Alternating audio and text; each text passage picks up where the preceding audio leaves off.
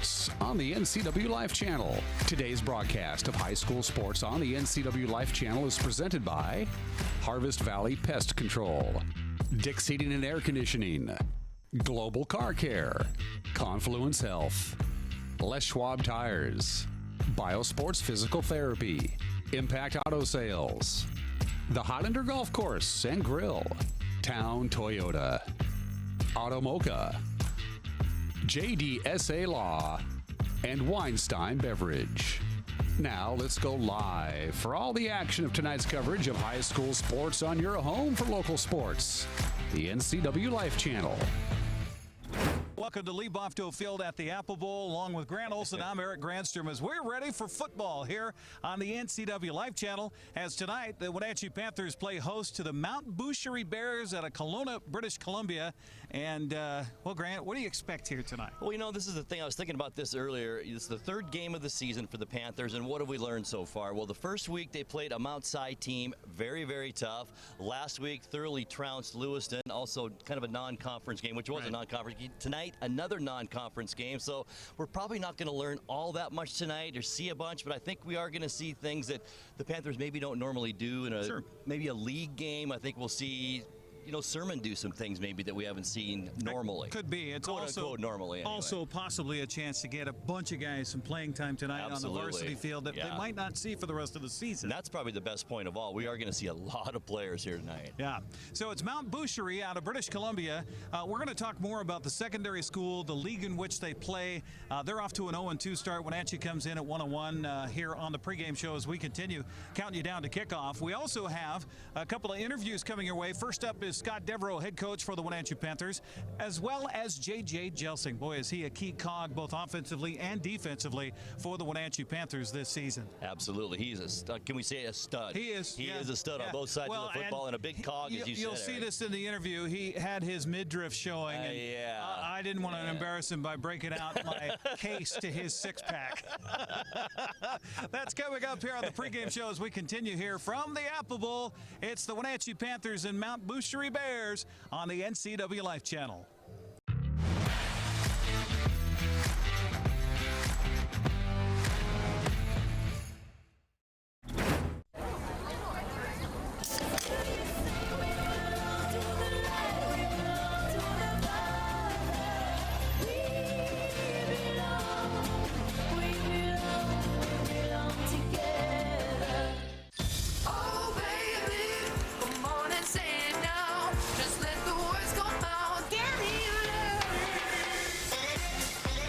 No calories, no sweeteners, all smiles. Bubbly, sparkling water. Crack a smile. Hi, I'm Ricardo, and this is Amanda, and we are from Impact Auto Sales, where you can expect a hassle-free car buying experience. With our wide selection of used cars, trucks, and SUVs, let one of our friendly sales staff help you find the vehicle that fits your lifestyle. We have financing available for all credit types and great low rates for first-time buyers. Call us today at 888-8000 or stop by 3522 State Highway 97A in Wenatchee. Impact Auto Sales, where we strive to make an impact on your life and not your wallet. JDSA Law is a proud sponsor of these local sports broadcasts. They've been serving North Central and Eastern Washington since 1946. For over 70 years, their team of dedicated professionals has delivered quality, innovative legal services. JDSA Law partners with you to provide the finest legal advice and support as you navigate your personal and business challenges, risks, and accomplishments. At JDSA Law, they salute our local athletes and wish them well on another excellent season of competition.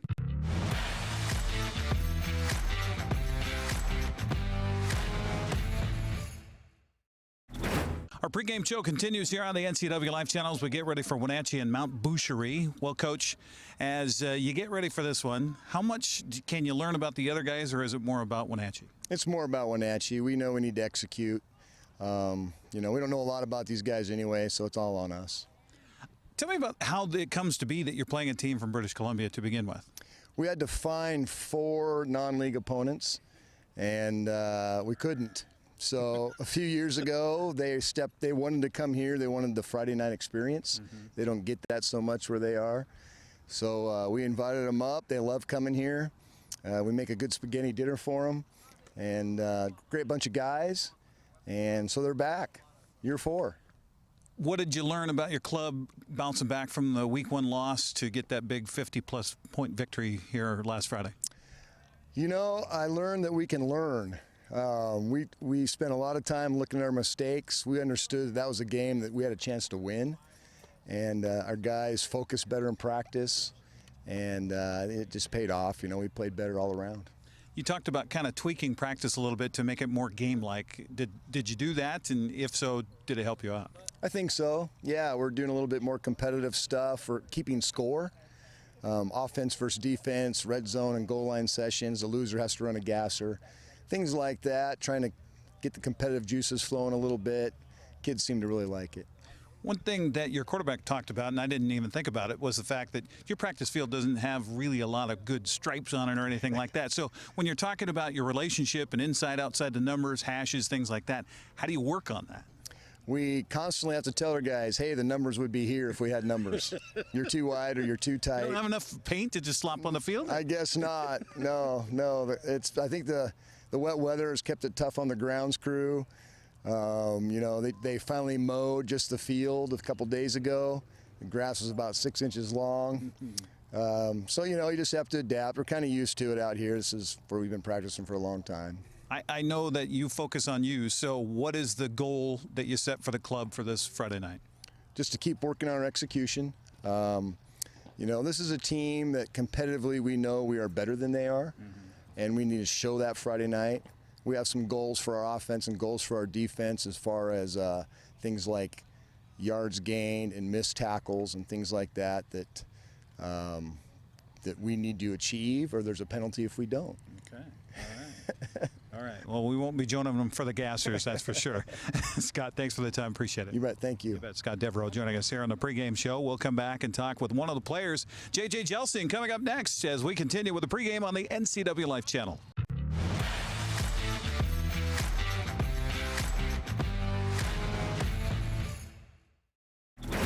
What's your Automocha emergency? It's a Frappuccino mocha with whip. The espresso shakes are my most favorite because I can get any flavor. Peanut butter chocolate for pita. Definitely the espresso shakes. My favorite is the mocha for pitas. A peach Red Bull.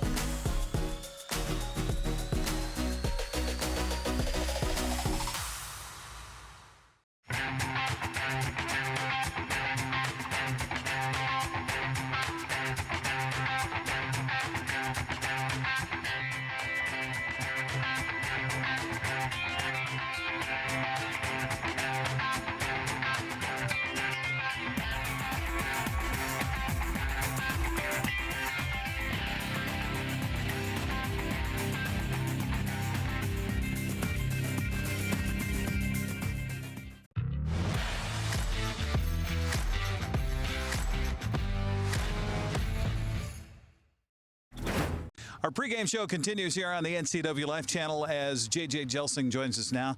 Tell me about your offseason personally and getting ready for this fall campaign for the Panthers. Oh, boy. I've been working a lot with DeAndre Campbell at Warrior Wide Receiver Academy over on the west side of the mountains. Weightlifting every day, sometimes, most days, 2 times a day. Lots of speed training, quickness training. Overall, just football training. Getting my legs stronger, especially, because my legs last year weren't all that strong. So that's pretty much been my off season. For those that aren't on the inside of football, how do you learn about a camp like that, and how do you get there? I mean, is that your parents know about it? You search it up, or what? Depending. You can get invited to a few. I got invited to a couple camps. Some of the showcase camps, you just got to find them. It was more just looking for competition. You just got to find the different things you can do to get better, I guess, and look it up. Well, I know that you put a lot of work into the offseason. I was talking with Camden Sermon here a couple of weeks ago about the fact that I saw you guys out there in February throwing the ball around. How important is that to have that connection with your quarterback? So important. It's helped to build our chemistry. He trusts me a lot more than he did last year, which is nice because those 50-50 balls, he'll let you go up and get him because he trusts you enough to do so. It's also helped with his route timing, just him knowing where he needs to put the ball, especially for me. So, yeah, just some of the things that have impacted, yeah. As a wide receiver, I mean, you guys are asked to do more than just catch the ball, including blocking downfield and extending those plays. How important is that for you, and what's that discussion like for the Panther offense? It's very, very high in our hierarchy of needs when it comes to a receiver. We have a great running back, and he gets down past the front 6, 7, 8, whatever. Then you got to get into the secondary. And that leaves us, the receivers, to get downfield as far as possible and make those blocks, and really break it loose so we can get to the house. What is the goal? Big 9 title, state tournament? I mean, where do you guys set it? We definitely want to win the league for sure. We want to go as deep as we possibly can into the state tournament, and we believe we have a good chance. Still got a lot to work on for sure. But I believe in time we could definitely get there. Well, best luck against Mount Butchheir here tonight and for the rest of the season. Stay healthy. Thank you. You bet. JJ Jelsinger joining us here on the pregame show. We'll come back, get your starting lineups, and get ready for kickoff here at Liebofto Field at the Apple Bowl. It's Mount Butchheir Bears and the Wenatchee Panthers next on the NCW Life Channel.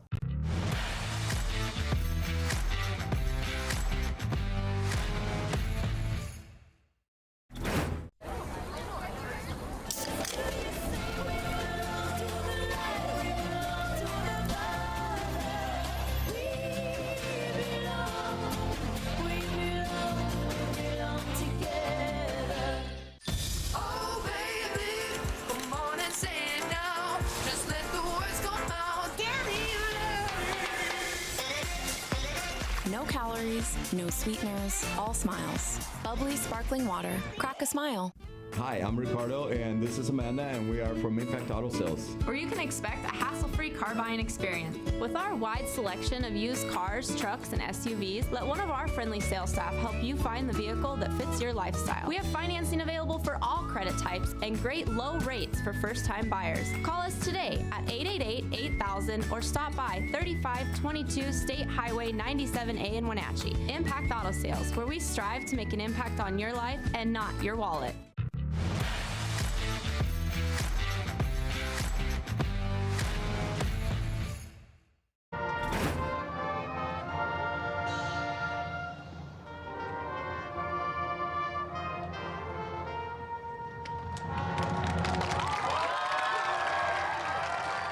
Well, there you go, the Wenatchee Golden Apple Marching Band with our national anthem here tonight at Liebofto Field at the Apple Bowl as we're getting ready for football tonight, along with Grant Olson, Eric Grandstrom with you.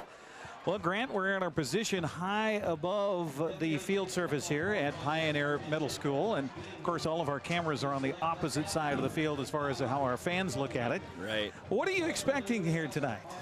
Well, I expect Wenatchee to be pretty dominant, Eric. Let's just face it. I mean, it's a much bigger school, a bigger football program, a better football program. So I think it'll be a lopsided affair. I mean, I love kind of the Canadians being here. I like the whole brotherhood of football thing. They're going to get to see what it's like to play in maybe a bigger stadium on this new turf and all of this stuff that they don't normally get to see. And they probably love the trip down here. Yeah, looking at some film from Mount Butchheir so far this season, they played a couple of games, and they're playing basically on a rec football field. Right. That is a soccer pitch, that is probably might even be, well, certainly rugby, and also might be polo, for goodness sakes. I mean, and you look at the facility here, and Apple Bowl's got a vibe about it here, and it's one of the best places to play in all the Big Nine and all the state, really. Absolutely. So they're going to get to experience that. Now, one thing that'll be interesting here for tonight, folks, we'll be honest with you, the roster we got for Mount Butchheir,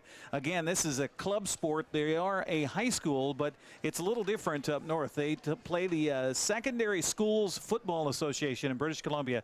This is considered AAA. They are in the Pacific South Division. There's 5 teams in that division. 25 schools participate throughout British Columbia in the Secondary Schools Football Association. So Mount Butchheir coming in 0-3, and the roster doesn't necessarily match all the numbers out on the field here. So we'll do the best we can here. The captains are out there right now as they get ready for the toss of the coin. And it looks like Dennis Brandstetter is our white hat, our referee here for the game this evening. Looks like Wenatchee won the toss and have elected to defer to the second half. Let me see if my sign or my body language was correct. No, I'm completely wrong. Wenatchee decided to take the ball first. So let's take a look at the starting lineups here for the ball game, brought to you by TC Slingers.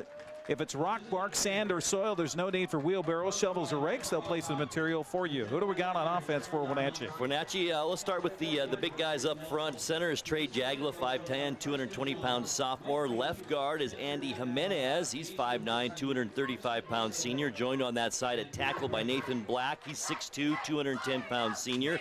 Riley Coons, highly touted at tight end in all of Washington State. He's 6'3", 235-pound senior. And on the right side of things, Sim Cass is the right guard, 6'2", 235-pound junior. On the other side of him, Vincent Bentley. And boy, is he a truck. 6'4", 315 pounds over there. And now the specialty players for the Panthers at one wide receiver is J.J. Jelsing, a 5'11", 180-pound junior. On the other side is Obadiah Young. He's a 5'10", 190-pound junior. A wide receiver that we'll see a lot tonight as well is Jonathan Amezcua, 5'11", 145-pound sophomore. In the slot, very exciting, Sebastian Esquivel, 5'10", 155. Of course, Camden Sermon at quarterback. Behind him, all world in the Big Nine, Nate Blauman, 6 foot, 205-pound junior, Eric. J.J. Jelsing and Jonathan Amezcua will be back to return the kickoff for Wenatchee. Mount Butchheir will use Nicholas Stansfield. He's their kickoff, he's their PAT, he's their punter. 89 is the man with the foot here for Mount Butchheir as we get ready for this one, as it's fairly good evening here. Still about 70 degrees, 69 degrees. Yeah, it was a little bit windy earlier, but the wind has kind of gone down now. Beautiful sunset. And a great turnout from Mount Butchheir and Kelowna, BC here. Welcome to our friends from north of the border. And for those who might be watching us here on the stream tonight on the NCW Life Channel's website, ncwlife.com. We're also streaming, I believe, Malcolm could tell us if we're wrong on that, but on Facebook as well. So, Grant, let's get going. All right, looking forward to some football tonight. Once again, as Eric mentioned, Mount Butchheir will kick it off and into the direction of J.J. Jelsing. Catches it over his head. That's a nice baseball catch. 10, 15, 20, 25, 30. He's got the corner, and he's gone. 50, 40, down to the 20, 10. Opening kickoff, touchdown, J.J. Jelsing. 92 yards on the kickoff return for J.J. Jelsing. And as you mentioned, Grant, that ball was well over his head. He's able to track it down, and a great job creating the wall by the kickoff return team for Wenatchee. And just like that, the Panthers strike first. Made a heck of a catch over the shoulder like that. He's athletic as all get out, and what a great run there. Had the sideline and turned on the speed just like that. 6-0. We're just underway here from the Apple Bowl. But the size difference there, it's so evident here tonight. You were down on the field earlier. There is a big difference. So Wenatchee going with that spread extra point formation here to confuse things. Quick pass out in the flat. Easy walk in for the Panthers at number 21, Jax Tucker, and the Panthers get a 2-point conversion. And with 11:42, just like that here, it's the Wenatchee Panthers 8, Mount Butchheir nothing. Let's just keep it here. Heck, we haven't already been here yet, Eric, and that was a well set up run back, that's for sure, by the Panthers. May have been a flag on that particular. In fact, there was a flag on the extra point, so it looks like Wenatchee might have to try it again. I think the question might be about whether or not the Panthers were lined up correctly with enough men on the line of scrimmage or somebody covered up. So such a strange formation that all kinds of things can go wrong there. It is against actually Mount Butchheir. So the penalty be declined, and the extra point is good. So Wenatchee up 8-0. Our broadcast tonight here on the NCW Life Channel brought to you by Harvest Valley Pest Control. You can rest assured Harvest Valley Pest Control uses kid and pet safe material around your home or office. Call today for your free estimate. And Dick's Heating and Air Conditioning, your comfort trained specialist specializing in commercial and residential HVAC systems, online at dicksheatingwenatchee.com. Got a cast of a lot of people here, not only watching this one, but helping it be viewed by our viewers back home or wherever you might be, maybe even on your mobile device here. watching us on the NCAA Life Channel. Beautiful night for football. You mentioned it, Eric. Just fantastic. The sky's got the beautiful colors going on here tonight. Couldn't ask for anything more. And you said it also. A good crowd down from Canada tonight. Look across the way, but it's not across the way for folks at home. It's on their side. The near side. The near side, right. But a lot of red over there, and that's nice to see. So the Panthers will kick it off after that electrifying run back by J.J. Jelsing. Looks like it'll be Connor Bjorgen back to return here for Mount Butchheir. Cesar Gonzalez to do the kicking for the Panthers. 8-0 just underway here. A little bit of a holdup. Not sure why. Well, they're giving us our full 60 seconds in case we went to a commercial break. They know we're on TV tonight, so. The TV timeout. And, of course, the TV decided not to go to the timeout. So. All right, Gonzalez set to go here. Once again, 8-0 Panthers. Short kick, and then a big hit right at the 31-yard line. Taking that kickoff was Slade Kuchera for Mount Butchheir, and he got popped right at the 32-yard line. It looked like getting downfield for Wenatchee on that play was Alex Dorton, the 6'2", 230-pound senior, says, "Welcome to American football." Oh, man. So Mount Butchheir, first time on offense. Of course, we haven't seen Panthers on offense, but Mount Butchheir has it with 11:40 left to go here. And important to point out, Grant, they're going with their backup quarterback. We saw last week in film that their starting quarterback, Ben Craddock, got injured, and so they're going with Brody Orrell as the quarterback here tonight.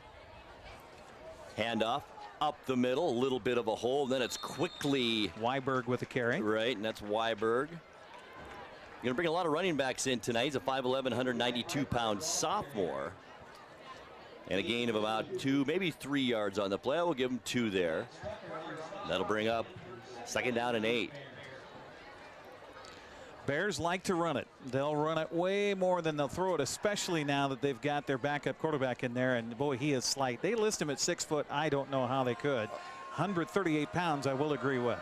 He is a little guy, that's for sure. Another running back through the hole, and that's the wide receiver, Nicholas Stansfield, who's going to play a little bit of both. Eric mentioned that, and he took that big pop just shy of the 40-yard line at about the 38. He's 174 pounds himself, but took a shot right there. Dawson Pike came up from his defensive back position and laid all 170 pounds right in the chest of the ball carrier there. And he's going to feel that one on the bus ride home, that's for sure. Absolutely. Gain of about 5 on that play, though. Brings up 3rd down and 3 now for the Bears. Mount Butchheir, ball middle of the field. Once again, the quarterback Huff under center. 5'8", 135. Handoff again. A little bit of room over the 40-yard line. Won't be enough for a first down. Gang tackled as he did cross the 40. And that will be about 1.5 yards short or so. And we'll bring up 4th down for the Bears. Couple of carries for Weiberg here in the early going, and a 4th down situation. That's one thing we didn't see on film, at least, is Mount Butchheir punt all that much. Boy, this quarterback is so slight here, Grant. You look at his arms. I mean, they are absolutely toothpicks. 5'8", 135. That's one of the smaller quarterbacks I've seen. Oh, there we go. I was looking at the wrong roster. He's a little dude. So Brett Huff is your quarterback. Right, Sorry Brett about Huff. that. Here we go. 4th down and 1. Going for it. Going for it here. You mentioned they didn't punt much, and here we go. The little slight quarterback. Did he get there? He got it. Grinding those legs, and I think he may have. It's going to be awfully close. Got to the 43. Yeah, that's a first down. He got about half a yard. He did. He did. Nicely done. Mount Butchheir first down as they keep this drive alive. Ball now at the Mount Butchheir 43-yard line. 9:19 left to go. Opening quarter here. Great to have you along on the NCAA Life Channel. We got a lot of football coming up here, Eric. Got a game Thursday night. Comes to town, and then another game Friday night. We'll go over to Eastmont and Mount Spokane. I am so anxious to see them. One of the better teams in the state this year. Yeah, it's going to be a good tilt. All right, 1st down and 10. Bears The lefty Huff back to pass, gets hit right as he throws it, but he's got a receiver out there at Stansfield at the 50, first down across the 45 into Panther territory, and down at the 41-yard line. And oh boy, Brett Huff is down. He got smacked back there. Got hammered, and he is hurt. And Dennis Brandstetter, our referee tonight, said, you need to get somebody out here quickly. And I don't know, honestly, Grant, if Mount Boucherie has another quarterback on the roster. This is just horrible to see here. Great play on first down. He just chucked that ball up, and Stansfield ran under it and was able to get a big gain on the play all the way to the Wenatchee 41-yard line. But now the, of course, consideration is for Brett Huff. Absolutely. Gain of 16 on that play. The ball did get tipped a little bit, but nobody in coverage, I should say, and that side of the field. And first down for Mount Boucherie. Boy, we just hope that Huff is okay. Quiet over the crowd here at Lee Bofto Field at the Apple Bowl. Our broadcast tonight brought to you in part by Global Car Care, a quality auto repair facility with highly trained technicians celebrating 25 years in the car care business. They speak your car's language at 1840 North Wenatchee Avenue. Also by Confluence Health, dedicated to improve their patients' health with safe, high-quality care in 12 communities throughout north central Washington. Well, they are still tending to the youngster on the ground right now, Brett Huff, the quarterback for Mount Boucherie. And it looks like Isaac Matiti is warming up on the far sideline, or at least trying to find a ball to warm up right now, as everybody out here is taking a knee. Let's go ahead and take a break. We'll take a 60-second break and come back. You're watching Big 9 football tonight. Wenatchee and Mount Boucherie. Panthers up 8-0. We'll be back after this on the NCW Life Channel.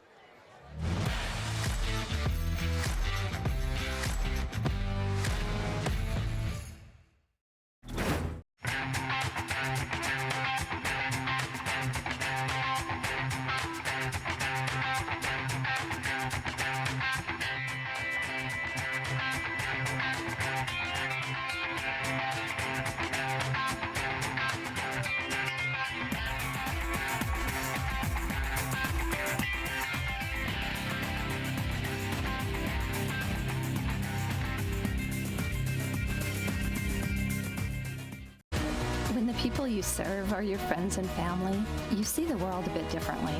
You understand that your survival depends on the health and strength of your relationships. Your word is your reputation, and that doing the right thing is the only way of life that matters. At Confluence Health, we remain humble. Trust is a gift that is earned, a privilege, an honor. And we remain grateful for the trust you place in our hands.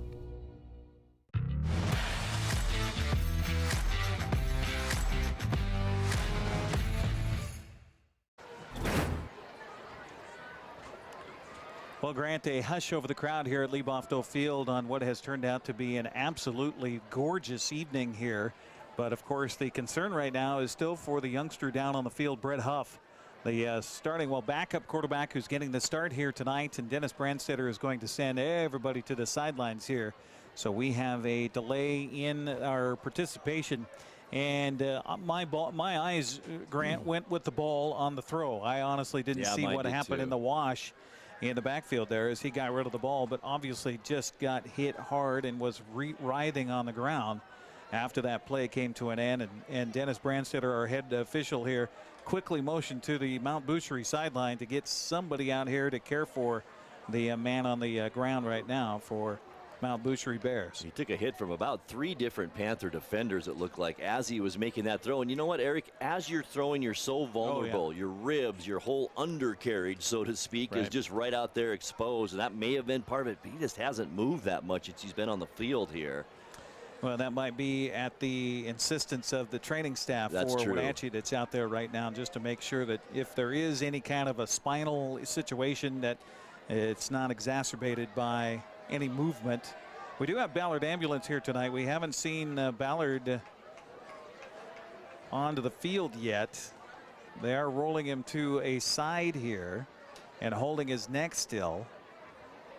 But he's going to get to his feet. Oh, good for him. This is just the opposite of what this game really is all about, isn't it? It just is. You don't want to see anyone get hurt. Nope. It's a friendly game of football, but it happens. Good news there. Walking off the field a little bit. He doesn't know where he's at right now. No, he doesn't. So we wish the best for Brett Huff, and the replacement looks like it's going to be Isaac Matiti, a 5'10", 136-pound sophomore. Boy, not much bigger either at 136. Huff was 135 pounds. Wenatchee's got a big team and a pretty tough defense out there. We mentioned as the game got going, Bryn Craddock, their starting quarterback, is out with an injury here after being injured a week ago. And Mount Boucherie's second loss of the season to Earl Marriott, 25-15. So here we go now with Isaac Matiti at the quarterback position. Only a sophomore, as Eric mentioned, and probably not a lot of playing experience either, considering he's a defensive back and mainly a running back. So we'll see how they navigate now. Handoff over the right side. Flag comes down after a short gain. Brody Errol on the carry that time. Now they're going to give him a yard to be nice, but it looks like this one might come back with a hold. You know, they're putting together, Mount Boucherie has a pretty decent drive, Eric. About 3 minutes off the clock. That was their 6th play on this drive, so you got to give them some credit there. They're giving it a shot. Down 8-0 here. Panthers scored on the opening kickoff. J.J. Gelsing about 93 yards on that kickoff, and it's a 2-point conversion, 8-0 so far, Panthers. It is a hold. Mount Boucherie will go back 10 yards, back into their territory across the 50, just barely at about the 49-yard line. First penalty of our ball game that was assessed. We had one earlier on the 2-point conversion by Wenatchee that was waved off. So first down and 20 now for the Bears. Mount Boucherie. Just amazing sunset here tonight. Yeah, just fantastic.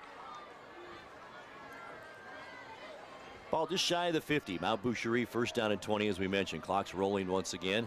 Once again, the 3rd string quarterback in for the Bears, Isaac Matiti.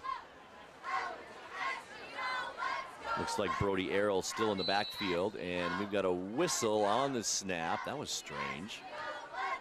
Delay a game. Sure was. That'll take it back another 5 yards. So after ending up on the Panther, 41-yard line, going backwards now, as that ball is on Mount Boucherie's 44-yard line. About where the ball was when they snapped it on that long pass completion of 16 yards. First down and 25 for the Bears. Matiti back to pass, right-handed thrower. He's scrambling immediately, goes down. And he is down after about a yard gain across the 45 to about the 46.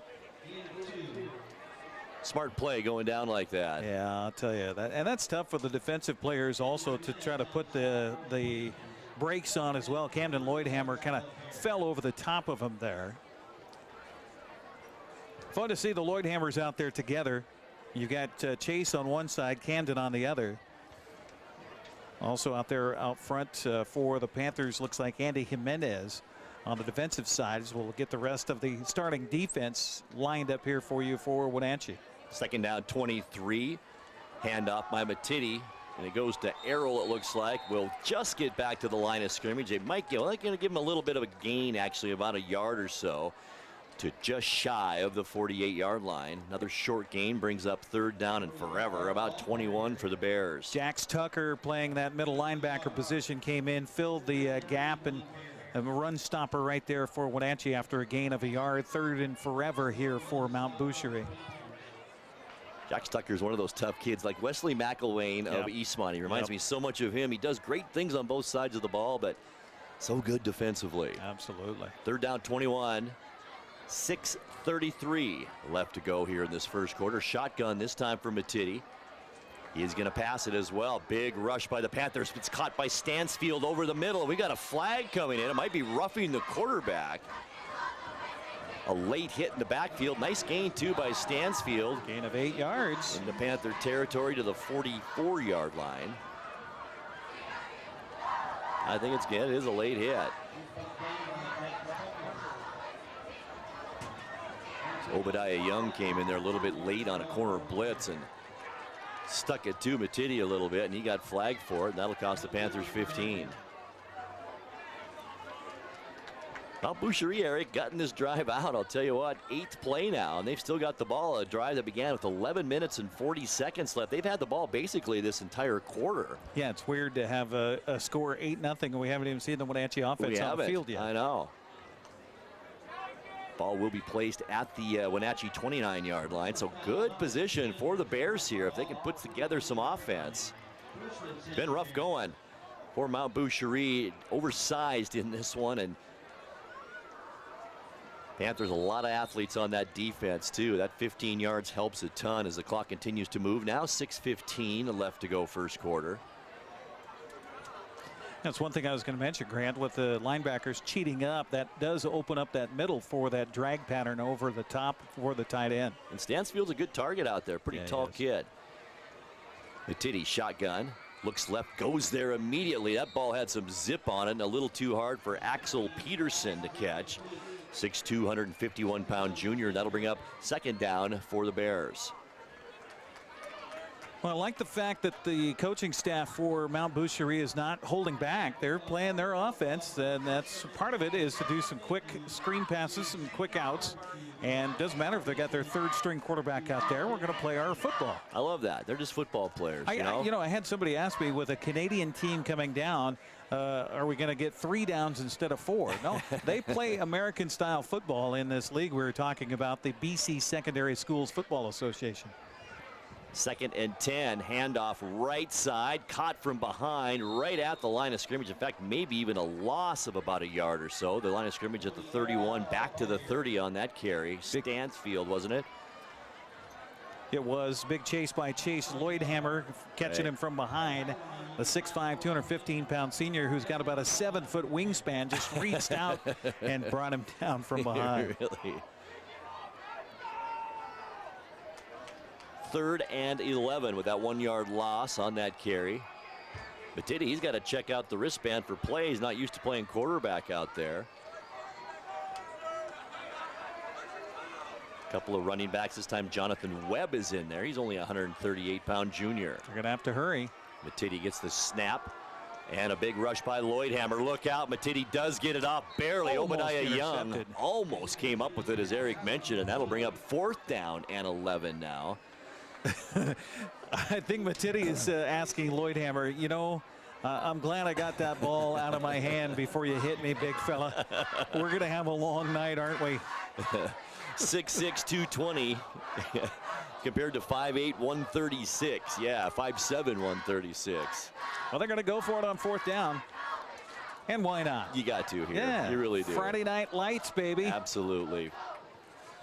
Just over 5 minutes left first quarter. Quick moving first quarter. Panthers, as Eric mentioned, haven't even touched the football on offense yet, but lead at 8-0 on a big kickoff return by Jelsing. Pass out in the flat. That didn't look too good. It goes incomplete. Intended receiver Jonathan Webb out there. And the Panthers will take over on downs. But still, you got to give it to Mount Butchheir, Eric. That was a pretty impressive drive. They took off a ton of the clock, about 6 minutes, and actually went about 40 yards on that drive. Well, and they came back from the penalty. They got a penalty in their favor on a late hit on the quarterback against the Panther defense. That's something Scott Devereaux also said that he wanted to clean up this week, is to not be penalized so much. And well, Wenatchee gave them a little extra something there. Absolutely. Now the Panthers will see him for the first time on offense with exactly 5 minutes left to go the first quarter. Camden Sermon at quarterback, shotgun, stands at his own 25, out in the flat. Nice pass out there to Jonathan Amezcua. Gets a block, heads to the other side of the field. There's another block. Now decides to cut back upfield.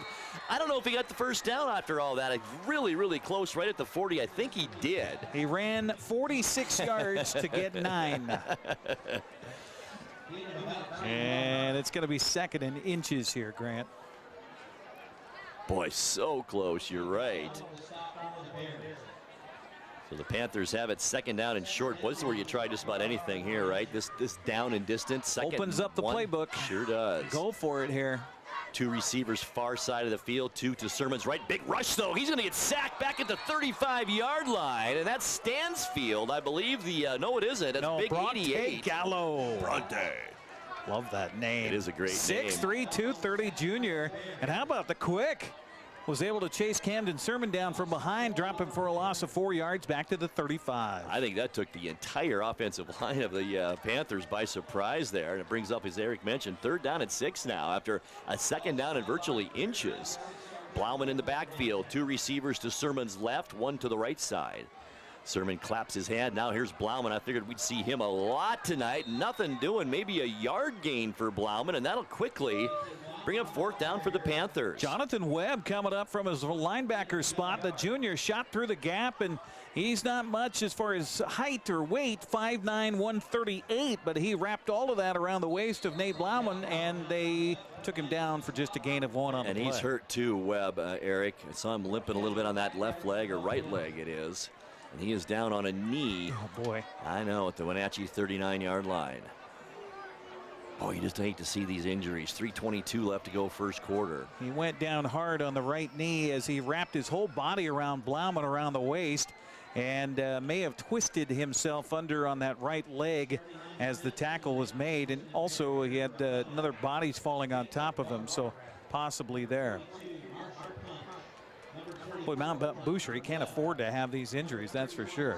Our broadcast tonight on the NCW Life Channel brought to you by Les Schwab Tire Center. Go online to leschwab.com to find a tire store near you, and be sure to check out their fall tire sale going on now. And BioSports Physical Therapy, find them online at biosports.net. Open Monday through Friday, 7 a.m. to 7 p.m.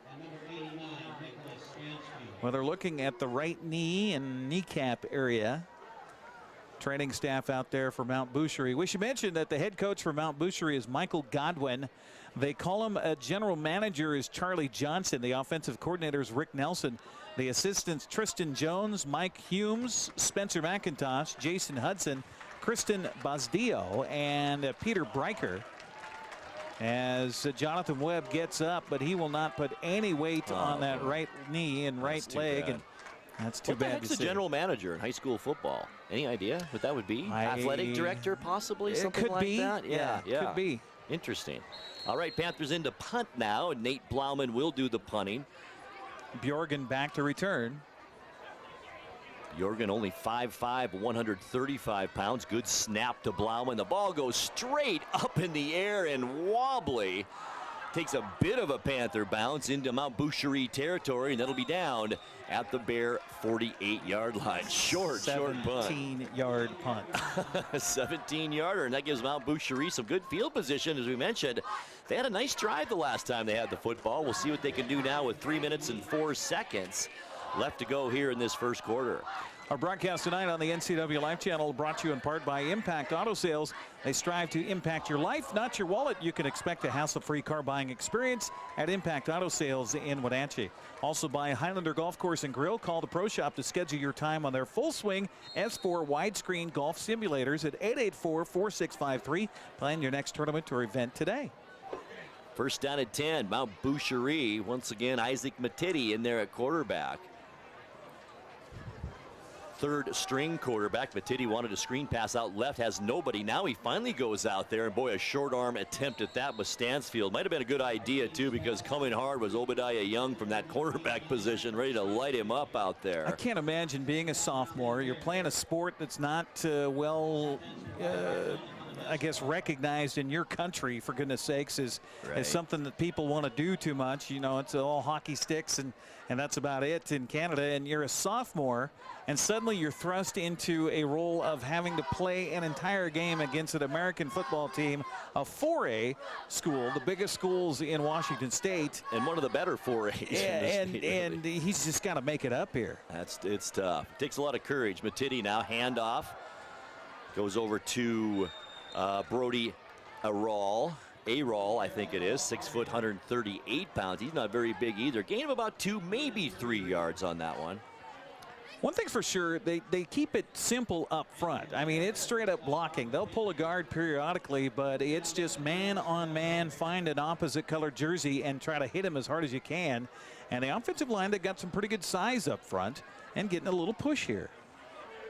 Thomas Cronshaw is a big dude, 5'11", 240 pounds, right guard. As Matiti this time under center. Double two back feet in the backfield this time. Weiberg, ball is on the turf, and I think the Bears mishandled snap. It was, recovered it, and that brings up 4th down on a 3rd down and 7. We'll call it a yard loss there. So 4th and 8. You know, one thing we didn't talk about it was that exchange. How much time does it get with the first string? How much time does it get with his center, Christian Sawney, a 5'7", 235-pound sophomore, bowling ball out there at center for Mount Butchheir, and you might see them do some snaps on the sideline after that missed exchange. So back in his punt return mode is Sebastian Esquivel, as the wide receiver Nicholas Stansfield does a little bit of everything. He's going to punt this one away, standing at his own 35-yard line. The punt's away. Nice kick. Esquivel backs up, and it does take a Mount Butchheir bounce. Oh, dangerous by Esquivel as he picks it up at his own 10-yard line. Gets a block. Now he has some open field. 30, 35, 40. He might go now. He's got some speed. He gets away from a bear and then gets pushed out of bounds at the Mount Butchheir 35-yard line. 55-yard return for Esquivel. As you mentioned, Grant, not the most advised thing for him to do. And you talked about the all-world guy for Mount Butchheir right now, Nicholas Stansfield, the one who pushed him out of bounds, who punted that ball away. He was the last line of defense, pushed him out of bounds, but Wenatchee with good field position at the Mount Butchheir 35-yard line. With 1:18 left to go here in this first quarter, Panthers have it, as Eric mentioned, great field position at the 35-yard line. Sermon in shotgun, looks right side, goes that way, has Jelsing all alone. He got pushed off at about the 4-yard line. No call. He's wondering where that flag is. Boy, did you see that push? Yeah, I wonder if the wind affected that. I can't see the flags here. The wind is blowing here and blowing in the face of Sermon, and I think that may have had an impact on the trajectory of that ball as it came up. It was Slater Kuchera who was back there covering. Decent coverage, and well, we'll give him a little gap there. And I'll tell you what, Nate Blauman was so open in the flat to the left of Sermon, just wide open coming out of the backfield. We'll see what happens here. 2nd down and 10. It's a handoff to Blauman. He tries the right side, has a ton of blockers over there. Oh, by Young gets a nice block. Blauman lowers his shoulder at about the 18. That gets him all the way inside the 15 to about the 14. And a gain of about 20 yards. It is 20 yards on the carry for Blauman. 2 carries, 21 yards in the ball game, and it was Nash Wilson, 6 foot, 150-pound junior, that came up, and he got the wrong end of the Blauman stick right there. 1st down and 10. The ball at the Mount Butchheir 15-yard line as we dip under 1 minute now left to go first quarter. Panthers threatening again, already an 8-0 lead. Sermon shotgun, quick pass out in the flat. It's Mezcua all the way across the 2, the 1 into the end zone. Touchdown, Panthers. 15 yards from Sermon to Mezcua, and the Panthers on the board again. Second catch of the ball game for Mezcua, and he's able to get good yardage there, and just saw the opening ahead of him, and just with a head of steam took it in from basically all the 15 yards out for the touchdown. And now Wenatchee with that different formation here on the point after touchdown. Well, you come down from Canada, you're kind of learning football, trying to get this game, and then somebody does this to you, this kind of formation. What are you thinking out there? There's another 2-pointer. It was easy to Riley Coons. It doesn't get much easier than that. And just like that, the Panthers up 16-0. 45 seconds left to go first quarter. We'll take a 30-second timeout. Come on back to the NCW Life channel.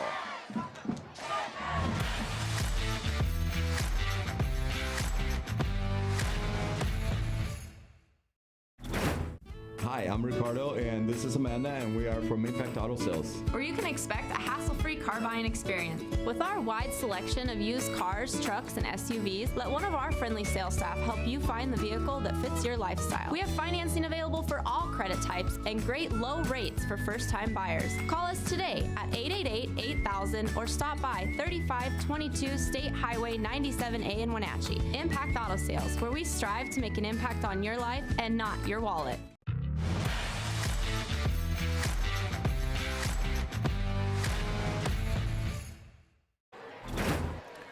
So the Panthers go 35 yards, 3 plays, 33 seconds, 15-yard touchdown pass from Sermon to Mezcua. 2-point conversion to Riley Kuntz is good, and just like that, Eric, now the Panthers up 16-0. Sermon 4 of 5 in the ball game so far for 30 yards with that touchdown and the point after touchdown to Kuntz. Panthers on top. Gonzalez with the kickoff for the Panthers.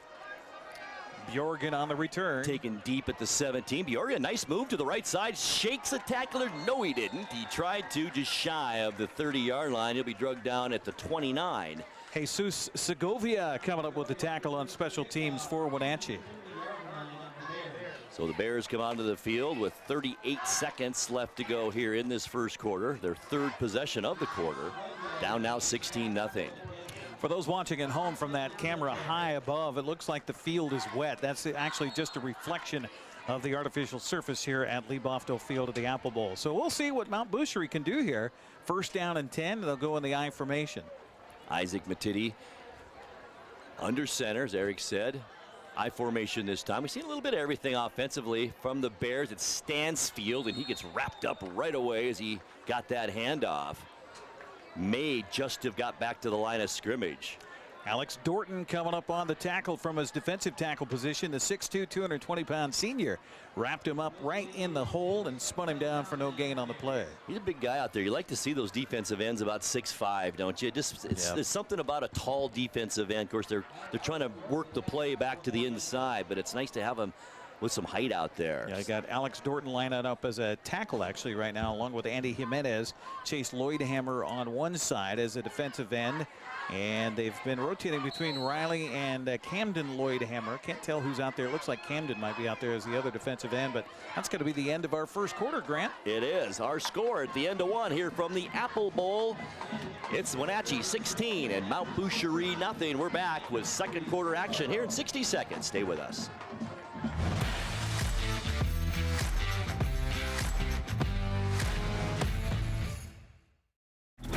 Highlander Golf Course is proud to announce their 2 new state-of-the-art full-swing golf simulators with over 80 courses of virtual golf to choose from year-round. Or try their Laser Shot simulated firearm program, or gaming with football, basketball, and much more. Enjoy Highlander food and drink service from their full-service bar and grill in the comfort of their simulator room. Call the Highlander Pro Shop to book your time at 884-4653. That's 884-4653. At Harvest Valley Pest Control, we know you are committed to making your home and business a healthy and pest-free place. Hi, I'm David. Give us a call and we'll give you a firm price over the phone and schedule a time that works for you. We will do an in-depth 30-point healthy home or business inspection and craft a customized plan of action designed specifically for your pest issue. Give us a call or visit our website today.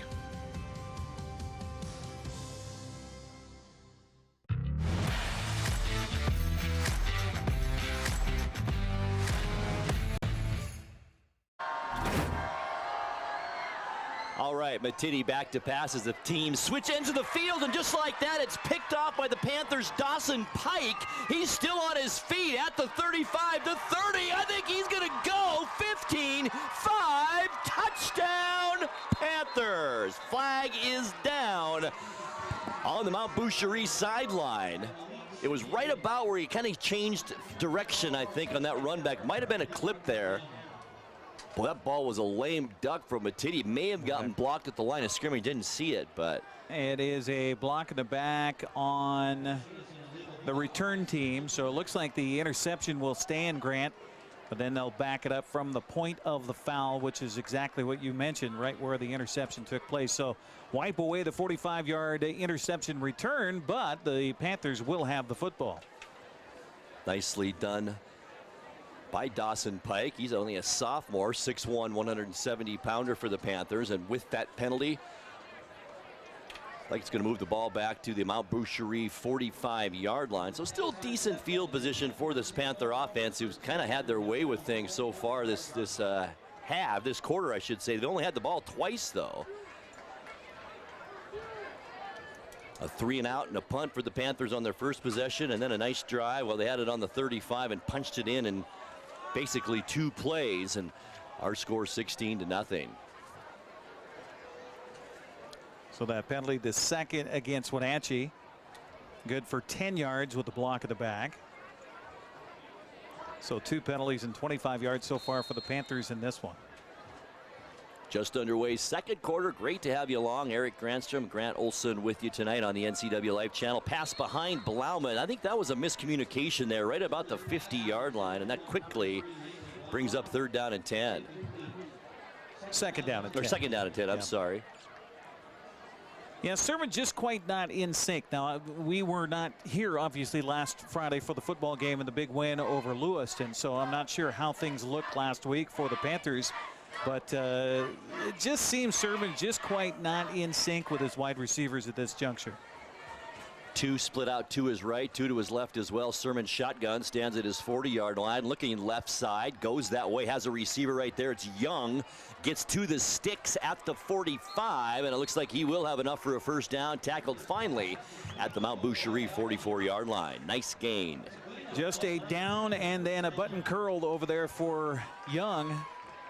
Easy pitch and catch for Sermon, right-handed quarterback throwing to his left on the comebacker, and well, good job by Mount Boucherie. He didn't get much after the catch, that's for sure. And Obadiah Young's very athletic, so that was a nice tackle, and then some help came over right in front of that sideline. So 1st down and 10 now for the Panthers. Sermon shotgun. Blauman still behind him in the backfield. Stutter step, handoff. Blauman's got a big hole. 40-yard line, cuts it back upfield, almost a face mask, loses control of the football. It's still all loose and picked up by the Bears at the 29-yard line. Blauman just simply lost the handle on it and right into the hands of a Mount Boucherie defender, and it's number 26, Connor Bjorgen. How many times do you see that where a running back gets a big gain on a play and tries to cut back against the grain, waited for Stansfield to flash by him? I don't know if he got a hand on the ball or not, or if he just lost the handle on it, but it was Connor Bjorgen who came up with the football for Mount Boucherie. Turnover for the Panthers, and kind of a sloppy first half for Wenatchee, honestly. Absolutely, Grant. It really has been. Mount Boucherie at their own 28-yard line now, back in business offensively. 1st down and 10. Only 2 receivers in the offensive set. I formation once again. As a 3rd stringer, Isaac Matiti under center. Pitch back to Stansfield, and he is hit immediately by Jax Tucker, the middle linebacker, for a big loss back inside the Bear 25-yard line to the 24. Also Caden Zimmerman out there getting in on the stop to help out for Wenatchee. We talked about the Panthers getting some fresh bodies and some folks that might not see normally a lot of playing time on the varsity. I think that was 25 that helped out on the tackle. Maybe it was 85. Yeah, I think it was 85. Josh Boucher, or excuse me, Alex Dorton, who helped out on the tackle. Not 25, but 85. Old eyes, Grant. I got him too. 2nd and 13. Mount Boucherie. Looks like Panthers may bring some pressure as Tucker comes up to the line of scrimmage from his linebacker position. Now backs off a little. Ty Waterman also in there. The snaps over the head of Matiti, and smartly goes down inside the 10 at the 9-yard line. That's 14-yard loss right there, all the way back. They're going to mark it at the 10, so a 15-yard loss. So that's 19 yards in so far. And Matiti, 3 carries minus 15 on the game so far. Right. 3rd down and 28 now for the Bears. Clock 9:47 left to go before halftime. Panthers lead at 16-0. Got a score after 1 quarter down in Ellensburg. Eastmont leading the Bulldogs 14-7 after the 1st quarter. That's a competitive game right there. Yep. Matiti under center. Once again, I formation. 2 receivers out there. Handoff. Up the middle. A short gain of about 2, maybe 3. I think that was 21. Aral. Yep. Brody, the junior, also a small guy out there, 6 feet, 138 pounds. Brings up 4th down and 25, and that'll force Mount Boucherie to punt. Well, this wind is really causing some problems, both for the passing game against it, and we'll see what happens with this punt here. We saw a 17-yard punt earlier by Blauman going into the wind. And this is into the wind as well. Low snap. It bounces to Stansfield. He's lucky he got the ball away. Ball is rolling and then picked up dangerously by Oscar Martinez. 10-yard line, nonchalantly goes inside the 5 and is taken down at the 3. How about that? Oh, I'm not sure that's what Coach Devereaux wants to see. Usually they say, get away from that ball. He picked it up with company around him. I think Scott is grabbing for the rollies right now. Oscar Martinez comes up with that ball in traffic, but you got to think about it. That ball took a nice roll right to him, so I guess why not try it? Yeah, it wasn't flipping all over the place or anything like that, so it was pretty good. First down and goal from the Mount Butchheir 2-yard line. That's unbelievable.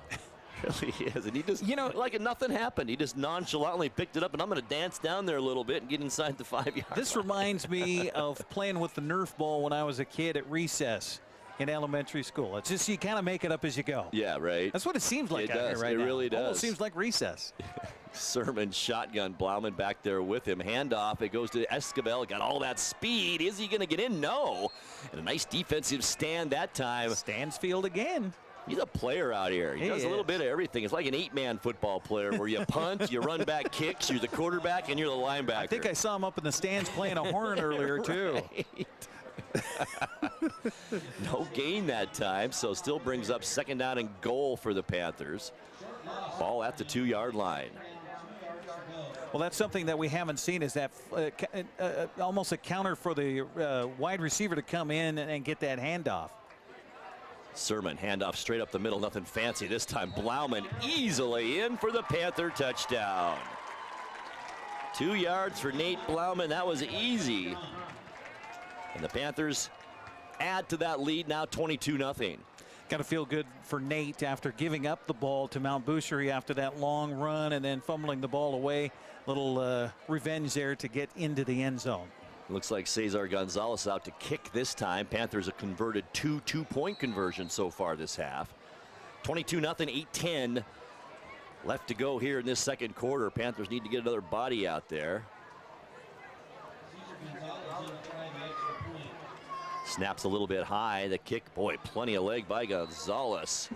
And it's good. 8 minutes, 10 seconds left to go. Second quarter. It's now Wenatchee 23 and Mount Butchheir nothing. We'll take a 60-second timeout and come back for more football right here on the NCW Life Channel.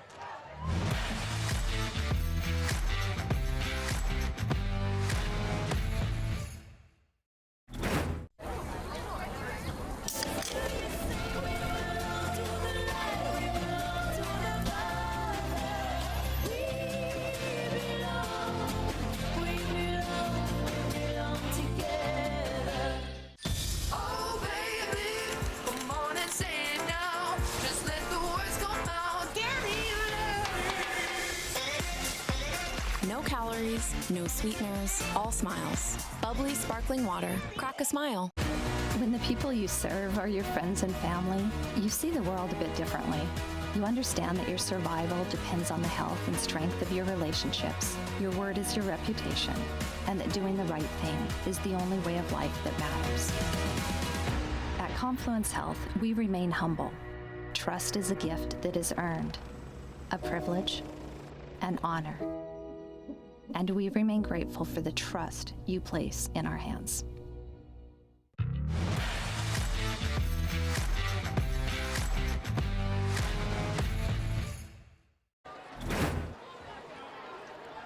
Well, after the score for the Panthers, Cesar Gonzalez, a booming kickoff with the wind, and it flies over the head of the return man, is Connor Bjorgen for Mount Butchheir, and the Bears have it now at their own 20-yard line.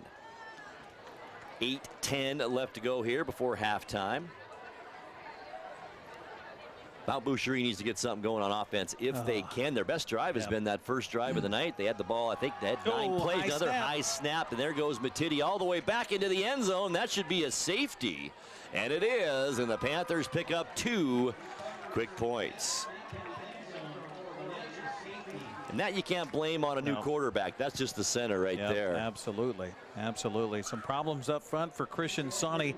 And sometimes that can be as simple as being more concerned about the guy across from you and your blocking assignment than getting the first part of it done, the snap. I think you hit it right on the head. It's Andy Jimenez right over the top of him, and he's a tough cookie out there. And I think that's what he's thinking about right now. I think you're exactly right. So The Panthers 2 points from the safety, now lead at 25-0. The good news for Panther fans and the team and everybody here that are Panther fans, they get the ball back. They're going to get either a punt or a kickoff from Mount Butchheir.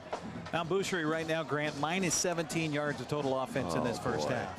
And Matiti, 4 rushes, if you will, quote unquote, for minus 35 yards. And 2 of those have been snaps that have gone over his head. The last 2 in a row, as a matter of fact. The Panthers are going to get the ball back.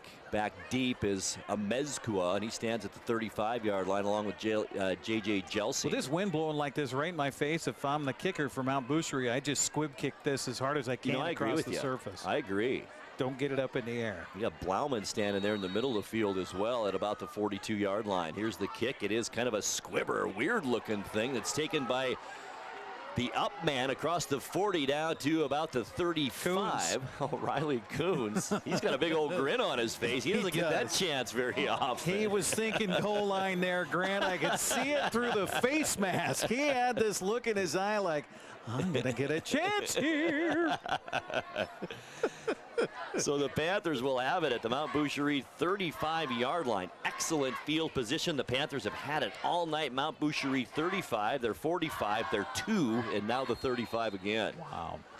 25-0. Panthers lead it already. Sermon back to pass. He is going deep into the end zone. Jelsi catches it. Touchdown. Esquivel. It is Esquivel. Touchdown, Panthers. 35 yards, boom, just like that one play. 31-0. 8 seconds on that drive, one play. Talk 35 to yards. The Panthers here the last couple of weeks about the speed that they've got on the outside positions at wide receiver and how they want to take advantage of that and keep working that and get those long pass plays connected on. They do there from 35 yards. Amazing. All right, Gonzalez on for the extra point just like that to make it 32-0. It holds good, snaps good, the kick is up, it's right down the middle, and it's good. 7 minutes, 50 seconds left now before halftime. Panthers blowing this wide open. It's Wenatchee 32, Mount Butchheir 0. We're back in 30 seconds.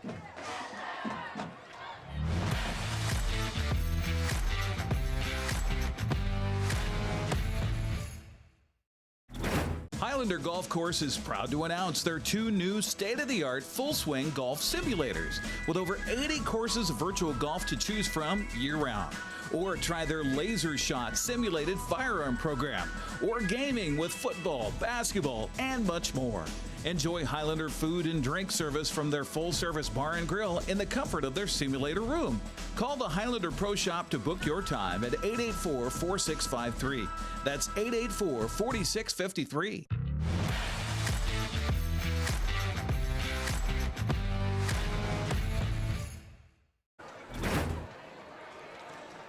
Seven minutes, 50 seconds left to go before halftime. Panthers now lead it 32-0 as Gonzalez set to kick off to Connor Bjorgen, who stands at his own 5-yard line. Eric, can't say it's a big surprise here in this first half. Kind of what we thought. Yeah.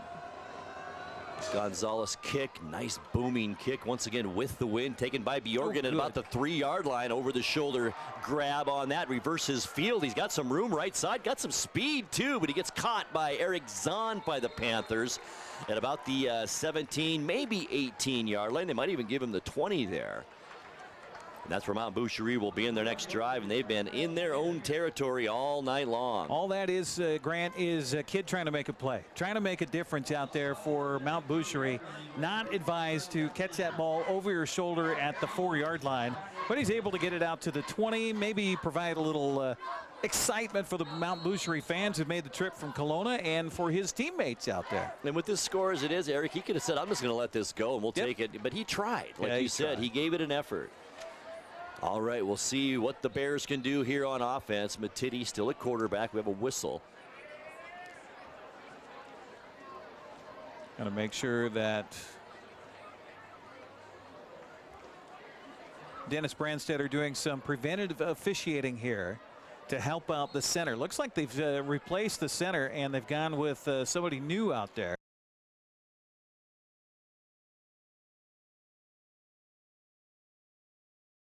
Panthers pick it up, and the Panthers are going to have it. It looks like at about the 8-yard line. In fact, it will be. In fact, the 7-yard line it looks to be.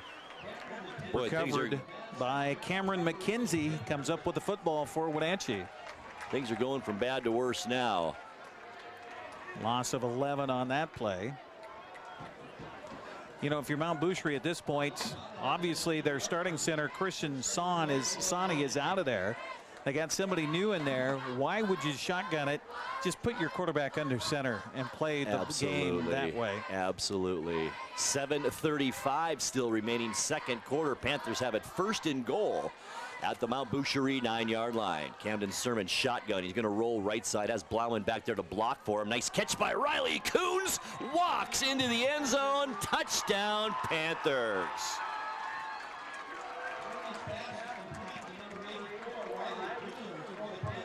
That was almost too easy that time. Yep. From Sermon to Coons, nicely done as Blauman stayed in to block. Nice play by the Panthers, and now it's 38-0. Third touchdown of the night thrown by Camden Sermon. Not we're going to see these guys here the second half. So Sermon putting on a clinic right now. He's 7 of 9 for 85 yards on the night. Other than that sack, Eric, I don't think he's been touched either all night. Here's Gonzalez, extra point, a little bit close to that left upright, but it's good.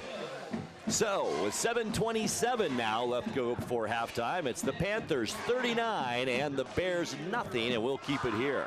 Our broadcast tonight on the NCW Live Channel brought to you in part by Town Toyota, your automotive home to quality and reliability in North Central Washington. Also by Automoka.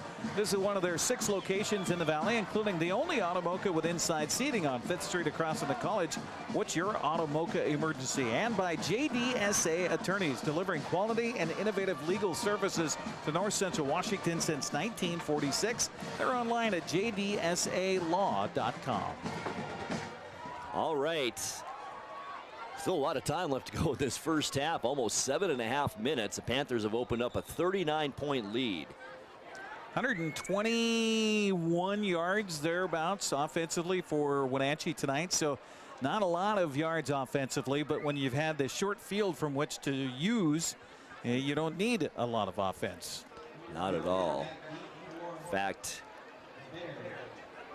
a safety and a fumble the last 2 possessions for Mount Butchheir, and 2 possessions before that an interception. So things are going from bad to worse for the Bears here at the Apple Bowl. Here's the kick by Gonzalez once again with the win, and it's a boomer. Bjorgen takes it once again at the goal line, about the 1. He's got a hole at the 20, almost to the 25. They're going to mark him down at the 24. He did have a hole briefly right about the 15 to 20 yard line. Yeah, he did. He got a great block from Thomas Cronshaw, who put a Panther on his wallet. Thomas Cronshaw then got up, and Bjorgen ran right into him. And then he stumbled down on the play. So give a half a tackle to Cronshaw on his own guy. Mount Butchheir will have it their own 19-yard line with 7:20 left to go here before halftime. What have their drive starts been here so far in the game? Well, all in their own end. 28, 29, 20, 20, 19. So Matidi back in shotgun again. They're going to keep with this. Good snap that time. Swings it out left side. It's taken there by Aiden Weiberg. No gain. He has stopped, maybe even a loss, Eric, of a half a yard or so. Good convergence by the Panther defense that time, and playing well tonight. Ty Waterman comes up from his defensive back position. Matidi, 2 of 6 for 8 yards in the game and an interception. In the last 5 possessions, Mount Butchheir has run 8 plays. Here's Matidi now. Might be changing things up or just trying to figure out what the heck the coach called. He's a 3rd-string quarterback. Back to pass under a lot of pressure and goes down at the 19-yard line. A host of Panthers were back there. I think getting there first for Wenatchee defensively was Camden Lloydhammer, working hard against the tackle on the outside there, and just no place for Matidi to go through the air or on the ground. Loss of about 4.5, maybe 5 yards. We're going to call it 3rd down and 15 for Mount Butchheir as the clock creeps up on 6 minutes, 10 seconds still left to go second quarter. Panthers lead this 39-0. I've got that as the first sack tonight for Wenatchee defense. I believe it is. I believe it is. Matiti shotgun again, sends Stansfield to his right. 2 receivers left this time, including Axel Peterson, a good target at 6'2" out there. The timeout called by Mount Butchheir. Should we take one as well? 5:52 left to go, second quarter. Then all Panthers. Wenatchee 39, Mount Butchheir nothing. We're back in 30 seconds. When the people you serve are your friends and family, you see the world a bit differently. You understand that your survival depends on the health and strength of your relationships. Your word is your reputation, and that doing the right thing is the only way of life that matters. At Confluence Health, we remain humble. Trust is a gift that is earned, a privilege, an honor. And we remain grateful for the trust you place in our hands.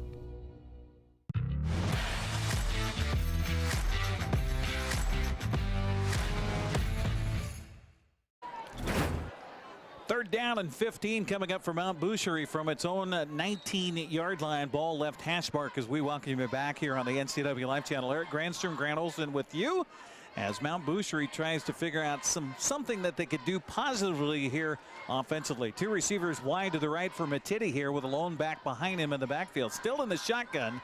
A little bit shallower, though, only about 3 yards deep. Snap is back, and he bobbled it. It was to him this time, but he couldn't hang on to it, and then drops down to a knee, and he's touchdown there at the 16-yard line, so a loss of another 3 yards on the play back to the 16. Going to bring up 4th down in the punting situation. It's been a tough night for Mount Butchheir all the way around as they had their starting quarterback, well, who was their backup quarterback, Brent Huff, in for Ben Craddock, who was injured last week. Huff goes down with an injury here tonight. Was on the surface here at the Lee Bofto field at the Apple Bowl for a considerable amount of time. They got him off the field, and then it has been the third stringer, Isaac Matiti, trying to do what he can. And Matiti will have to come in here and be a blocker here as Mount Butchheir has found itself limited in everything here as far as their numbers are concerned. Stansfield with the punt, and it will take a bounce and a Wenatchee bounce backwards at the 39-yard line and come to a rest touchdown there at the 34. So another short punt into a very stiff breeze here tonight will give Wenatchee great field position once again here at the Mount Butchheir 34-yard line. First down and 10. Clock winding down here in this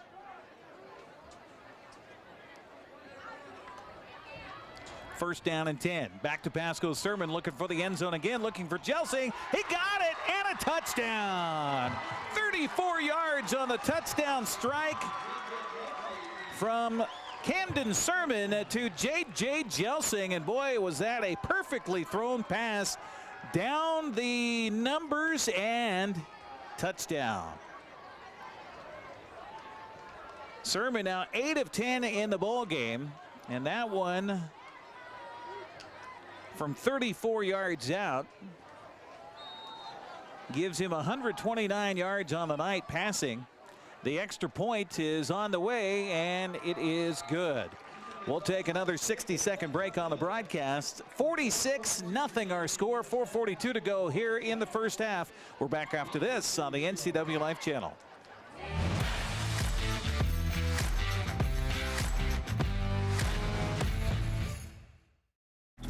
Highlander Golf Course is proud to announce their 2 new state-of-the-art full-swing golf simulators with over 80 courses of virtual golf to choose from year-round. Or try their Laser Shot simulated firearm program, or gaming with football, basketball, and much more. Enjoy Highlander food and drink service from their full-service bar and grill in the comfort of their simulator room. Call the Highlander Pro Shop to book your time at 884-4653. That's 884-4653. At Harvest Valley Pest Control, we know you are committed to making your home and business a healthy and pest-free place. Hi, I'm David. Give us a call and we'll give you a firm price over the phone and schedule a time that works for you. We will do an in-depth 30-point healthy home or business inspection and craft a customized plan of action designed specifically for your pest issue. Give us a call or visit our website today.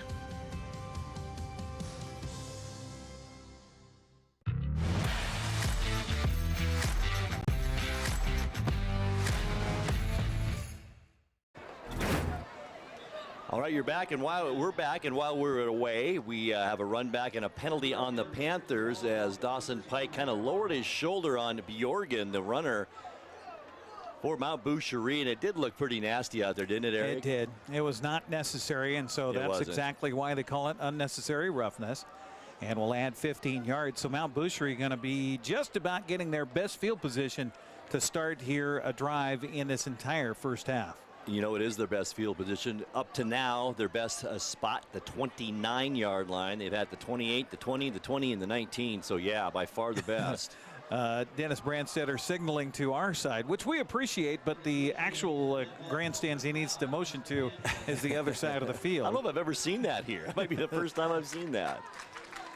4:33 left to go. It's been all Wenatchee Panthers, and a beautiful pass from Sermon to Jelsing just now, 34-yarder, 46-0. And now Mount Boucherie has it. Good field position at their own 48-yard line. You know, in high school rules in the state of Washington, we will probably be looking at a running clock in the second half, Grant, but I wonder if Mount Boucherie would request that they not do that so they get more chances to play here. Can they do that? I don't think they can, because we're playing on American soil here. That's right. Handoff goes right side. Weiberg. Nothing doing. Boy, the Panthers have been so good against the run. Again, good against everything tonight against an overmatched team. A loss of 1. Errol, 3 carries, 7 yards. Weiberg, 3 carries, 4 yards. Stansfield, 3 carries, 4 yards. And Matiti, 7 for minus 53. Wow. And, you know, going back to the 40-point rule, Eric, I remember growing up in Montana, we had a 44-point rule. And if somebody was ahead by 44 points, you just stopped the game. You were done. Oh, that was it. There was no running clock. You were just done. Yep, no more scoring, nothing. Wow. All right, 2nd down and 11 now as we creep under 4 minutes left here in the first half. I'm sure Mariner fans wish there was a 10-run rule plenty of times in Major League Baseball. This time Matiti's just going to take it and run it. Why not? The 50 slides down at the 49 as Jelsing jumps over the top of him. That'll be a gain of about 3. A positive gain that time, if nothing else. Yeah, I'm almost ready to applaud the fact that they got positive yardage for Matiti that time. And almost at midfield, too. Clock continuing to roll. It turned into it started out as a pretty fast first half. Now it's kind of slowed down a little bit. Turnovers and penalties, that'll do it to you. That's right. Now we're in a blowout mode. 46-0. Panthers on top. Stansfield to Matiti's right side. A couple of receivers left, including Blake McGuire. 5'9" junior, swing past Stansfield. Not going to get much. Oh my gosh, helmet to helmet. Levels him at the 46-yard line. I don't think that was necessary. That was a I hope bomb. He's all right.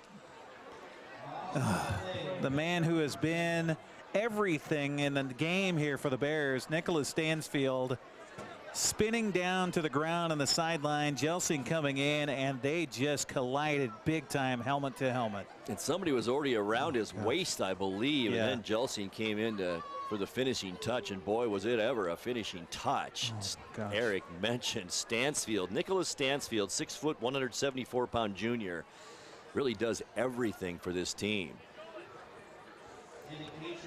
Which is really beside the point. It will be a first down for Mount Boucherie. You know, I was talking, and if you saw the pregame, then you saw the comments by Scott Devereaux, the head coach for the Wenatchee Panthers, about they had to find 4 non-league opponents. You know, you only have so many teams in the Big Nine. You got to fill up the rest of your schedule. For those people at home might be asking, why is Wenatchee playing this school? Yeah. Well, and Wenatchee could not find another non-league opponent to play. 4 years ago, Mount Boucherie was looking for some American football teams to play, and somehow that connection was made, and that's why this series has gone on for 4 years. But again, you got to start wondering about the health and safety of players. And if one team is certainly dominant over another in size and stature and athleticism and everything else, this could be the result. And we've had 2 serious injuries here that have lasted for several moments so far this evening. And Mount Boucherie, on the bottom side of that connection. This is one of the biggest hits I've seen in a while in high school football that we just saw at Stansfield. Luckily, thankfully, it's up and at him. Boy, what a tough kid. That was a bomb. Getting a great hand from the partisan crowd here tonight, but that is the second Mount Boucherie player. First one was Brett Huff, their backup quarterback, who got absolutely creamed after getting rid of a football here earlier in the first quarter on the Mount Boucherie first drive of the ball game. And now Nicholas Stansfield, who's been all over the place here tonight and has just played a stellar game, is heading to the sidelines. And again, you got to look at him and say, yeah, concussion protocol. I don't know if they have it north of the border. They should have it everywhere in prep sports. Well, I think they do. Something's going on because we haven't seen Huff back either, and he was wobbly coming off. I don't think we'll see Stansfield either, and that just really, really hurts this Bear club. 4 penalties, 55 yards for Wenatchee so far tonight. First down and 10 for Mount Boucherie. 2 minutes, 57 seconds still left to go here in this first half. Wenatchee leads at 46-0. Dennis Brandstetter is making sure the math was done correctly there, and now they'll adjust the ball by a yard. One of the best chain gangs. We got to give him a plug over there. Jeff Parks, Tom Toller, Eric Kuntz over there. They're good. Love you, boys. Yeah, that's not on them. They're just marking where the umpire put the ball, and we were off a yard. Matini, handoff, right side. It's A-Roll. Not much there, about 2 yards. We'll give him 2. You just look out on that field right now, Grant, and Mount Boucherie players slow to get up after almost every play. 4 carries, 9 yards for Errol so far tonight. And I'm sure that even the linemen have just taken a beating up there. Here we go, second down and 9. About 8.5 actually for Mount Boucherie as we creep up on 2 minutes left to go in the second quarter. Matiti under center, I formation this time. Fake play action pass as Matiti rolls right. He's got plenty of time, gets the pass off and a completion. It's down to about the 35 of Wenatchee. That's still only about a 2-yard gain. Bronte Gallo on the catch. One of the best names on the field tonight. We'll give him 3 on that. How about? He's up third down and 6 now for Mount Boucherie. Good time that time. Protection, I should say, for Matiti. Third connection of the game and 7 attempts for 11 yards so far for Matiti. 2 receivers split out to the left side, 1 to Matiti's right. He's under center with Weiberg in the backfield. Short drop, 3-step this time. Matiti rolls to his right, is under pressure, gets hit late, and then just throws it out of bounds, and that'll bring up a 4th down play. Matiti following the man who chased him out of bounds and gave him a shud, Cameron McKenzie. Big number 70 there for Wenatchee, shoved him out of bounds, and Matiti, I think, came after him a little bit with a little mouth music. Yeah, the shove probably wasn't necessary. It wasn't necessary. Kenzie's a big boy, 262, 235. Oh, and Mount Boucherie, with all the injuries here, they're trying to find enough bodies to get on the line of scrimmage. Do they have enough to pick up a first down here? They haven't yet tonight, have they? 4th down and 6. Some penalties have gotten them some firsts. And they're going to kick it away. Oh, goodness.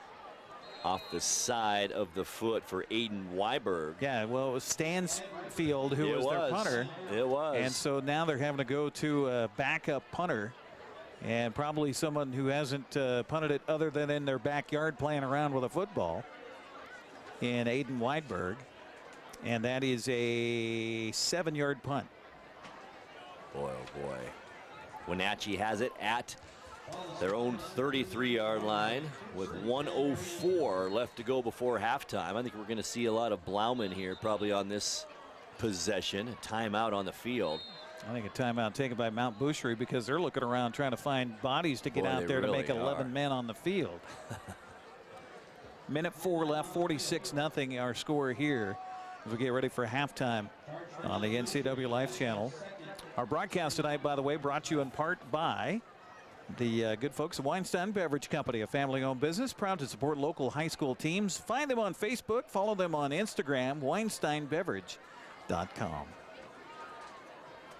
So timeout. Excuse me, Eric. That's okay. I was going to say coming up at halftime, we will have halftime stats heavily in favor of the Panthers, although not a lot of yardage churned up in this first half. Not really. Seeing if I can get a score here from our buddy Ken Johannesson, who's running the board for the Eastmont broadcast on Core Community Radio tonight. So looking back about the first downs, Mount Boucherie has had one first down tonight, Eric. It was on their first possession of the night. Wow. So the Panthers have it again, first down and 10. Sermon back to pass. He does find Obadiah Young across the middle. Look out. He's got speed. 50, 40. Is he going to go? Might be a clip, and it is. Oh, why? Why? Esquivel hit a Mount Boucherie player at about the 20-yard line, and that could have been 6 right there as Obadiah Young, a nice return, a little bit shaken up too as he gets up a little bit gingerly. Yeah, it looked like a punt return, but that was a pass play that I'm sorry, yes, came out in the flat. It was, sorry about that. As soon as he caught that ball, Grant, I looked across the field. There was nothing but a wave of purple jerseys heading down as a convoy for him, blocking downfield. So it's still going to be a pass play. That will be good for what, 10, 15, 20, 30, 40, 50 yards. And then the penalty. Panthers just so loaded with athletes, aren't they? Yeah. Obadiah Young, so good. Sermon's had a nice, really nice night throwing the football tonight. Seen a little bit of Riley Coons, which we haven't done a whole lot of this year. I know we both like to see him a little more involved in this offense. As the Panthers have it now first down at 10. Ball still in great position at the Mount Boucherie 24-yard line. Blauman in the backfield with Sermon. Young to Sermon's right. Sermon looks left, goes over the middle instead. And there's he is. There's Riley Kuntz over the middle. Touchdown. Panthers, 24 yards, Riley Kuntz. Nice look off by Sermon there. Look to his left and look the defender off. And then Kuntz going right down the middle on the hash. And easy pitch and catch for the touchdown from 24 yards out.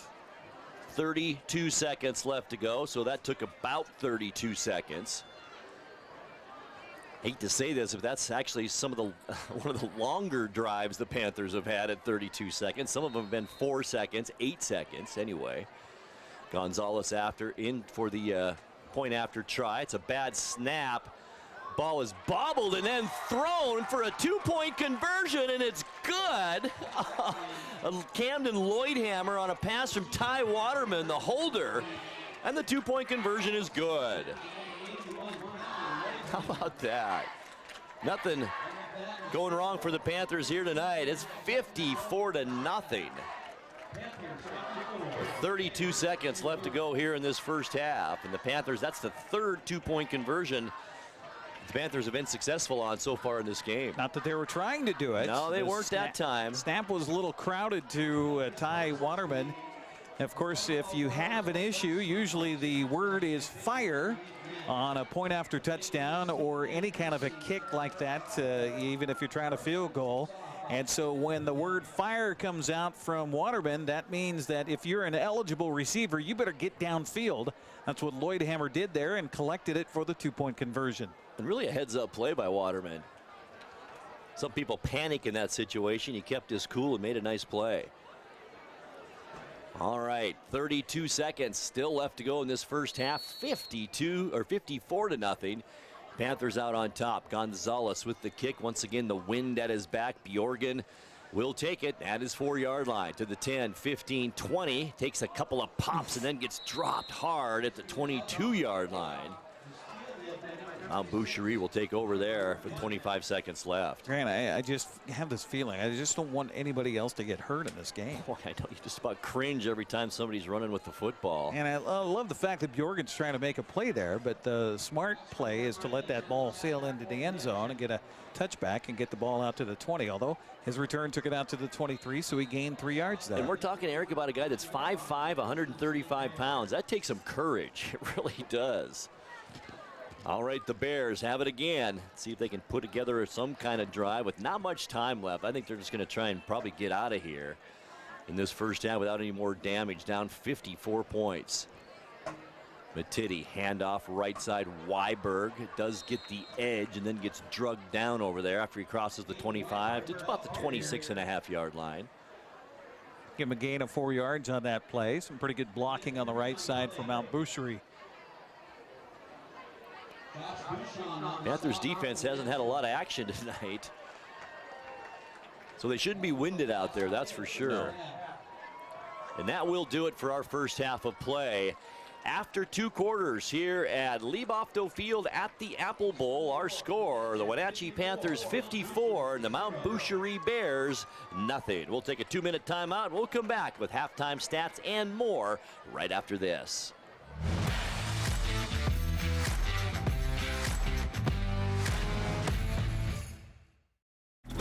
My name is Brian Thorpe.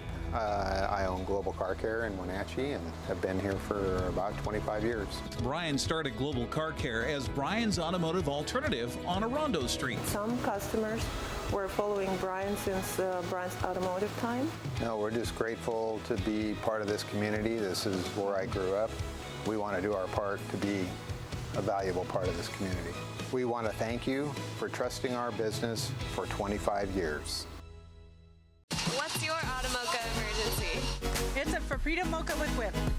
The espresso shakes are my most favorite because I can get any flavor. Peanut butter chocolate Frapita. Definitely espresso shakes.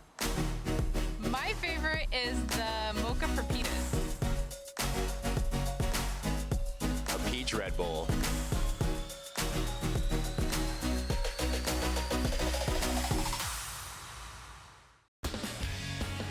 When you call Dick's Heating and Air Conditioning, you get 35 years of experience and customer service in the Wenatchee Valley. Dick's friendly staff strongly believe in repairing before replacing and service all major brands of HVAC units. Dick's Heating and Air Conditioning is your local, independent, trained comfort specialists, proudly serving all of North Central Washington. Call 884-6444 today.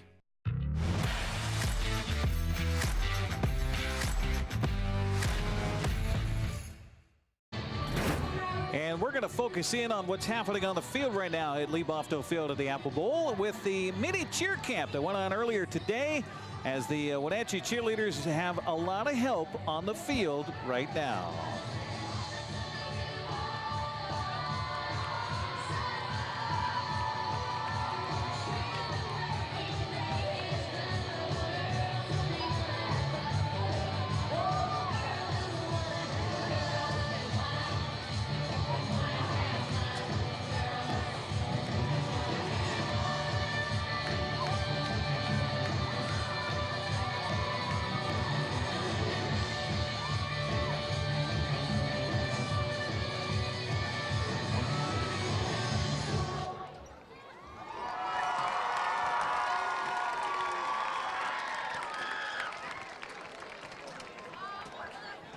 The girls worked awfully hard. I doubt they're going to get just one cheer.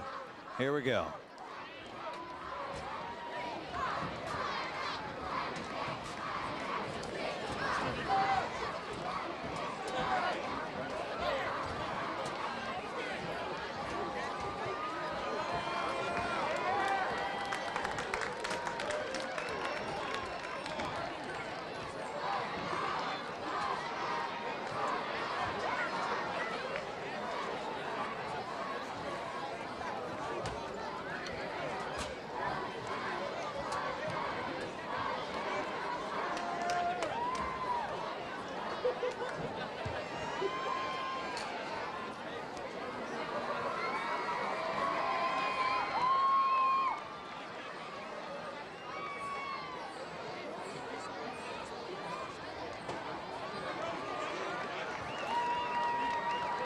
A big round of applause for the mini Panthers. Well, there you go. The mini Panther cheerleaders are heading off the field here at Liebofto Field at the Apple Bowl. With Grant Olson, Eric Grandstrom with you. Well, what do you say about that half, Grant? Well, you know, what can you say, Eric? We kind of thought this might happen. We were hoping it wouldn't in a way, but I mean, it was just so obvious, even in pregame warmups, walking on the field, looking at the two teams, this was a definite possibility. And, you know, Nate Blauman had a fumble in that first half when he was at the 25 of Mount Boucherie, or it could be 60-0 right now, Eric, at halftime. So it's been that kind of dominating performance. It's just, they're not close in talent, these two teams. You had a feeling when the first play of the game was a kickoff return for a touchdown by J.J. Jelsing.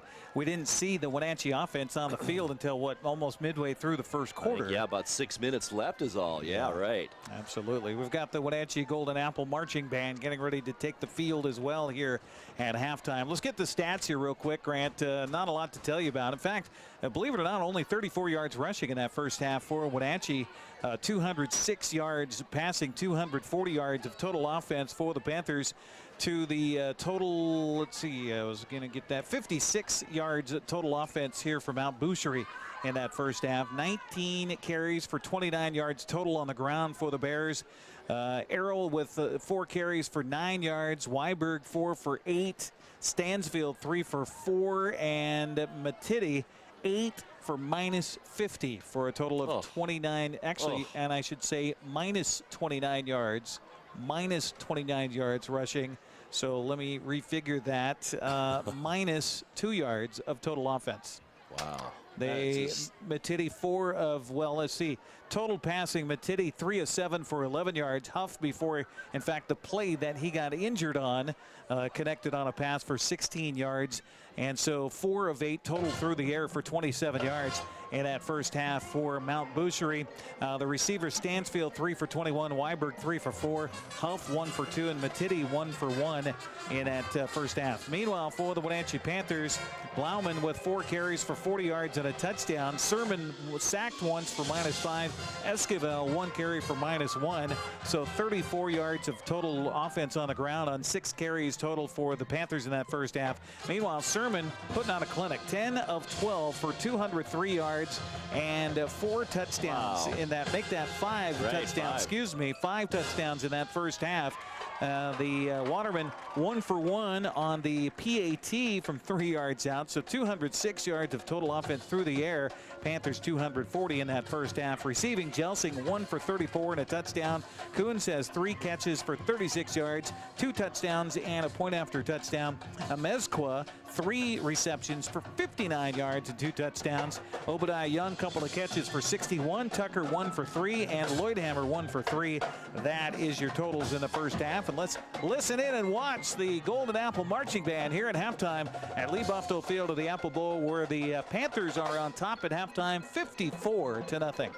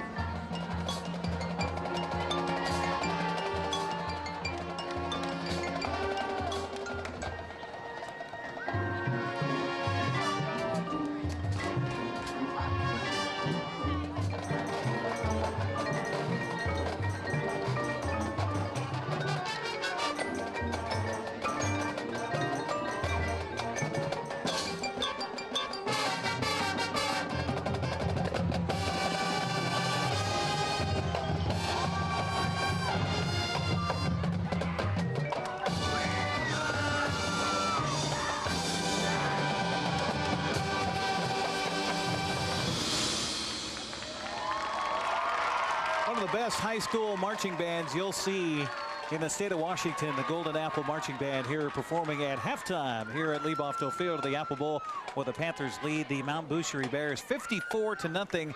And that question about whether we'd have a running clock in the second half is pretty much a question we can put to bed, because we will have a running clock. And tell everybody, Eric, that doesn't know what that means here for our second half. What that means is that the clock continues to run whether the ball goes out of bounds. The only thing that stops the clock is a timeout.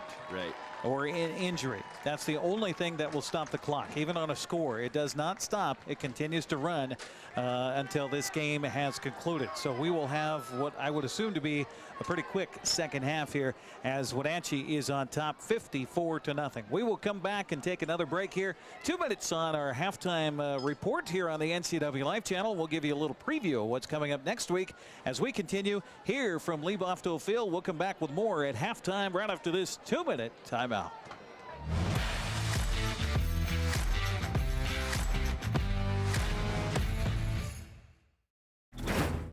Hi there, it's Les Schwab Tires.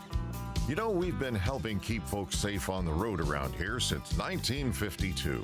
That's why you can save up to $152 on a set of 4 select light truck and SUV tires during our fall tire sale. All with a service you deserve, but just don't find other places. Swing by or book an appointment at leschwab.com.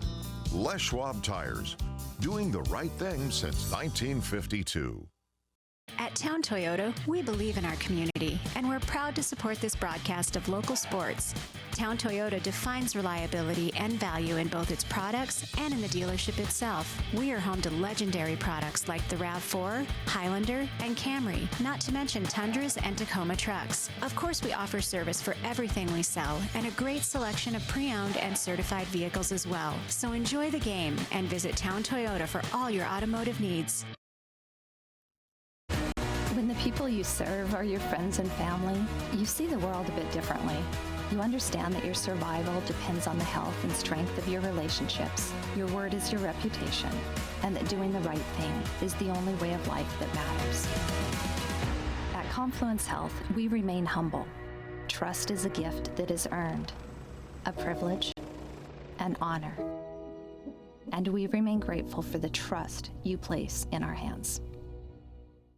Hi, I'm Ricardo, and this is Amanda, and we are from Impact Auto Sales, where you can expect a hassle-free car buying experience. With our wide selection of used cars, trucks, and SUVs, let one of our friendly sales staff help you find the vehicle that fits your lifestyle. We have financing available for all credit types and great low rates for first-time buyers. Call us today at 888-8000 or stop by 3522 State Highway 97A in Wenatchee. Impact Auto Sales, where we strive to make an impact on your life and not your wallet.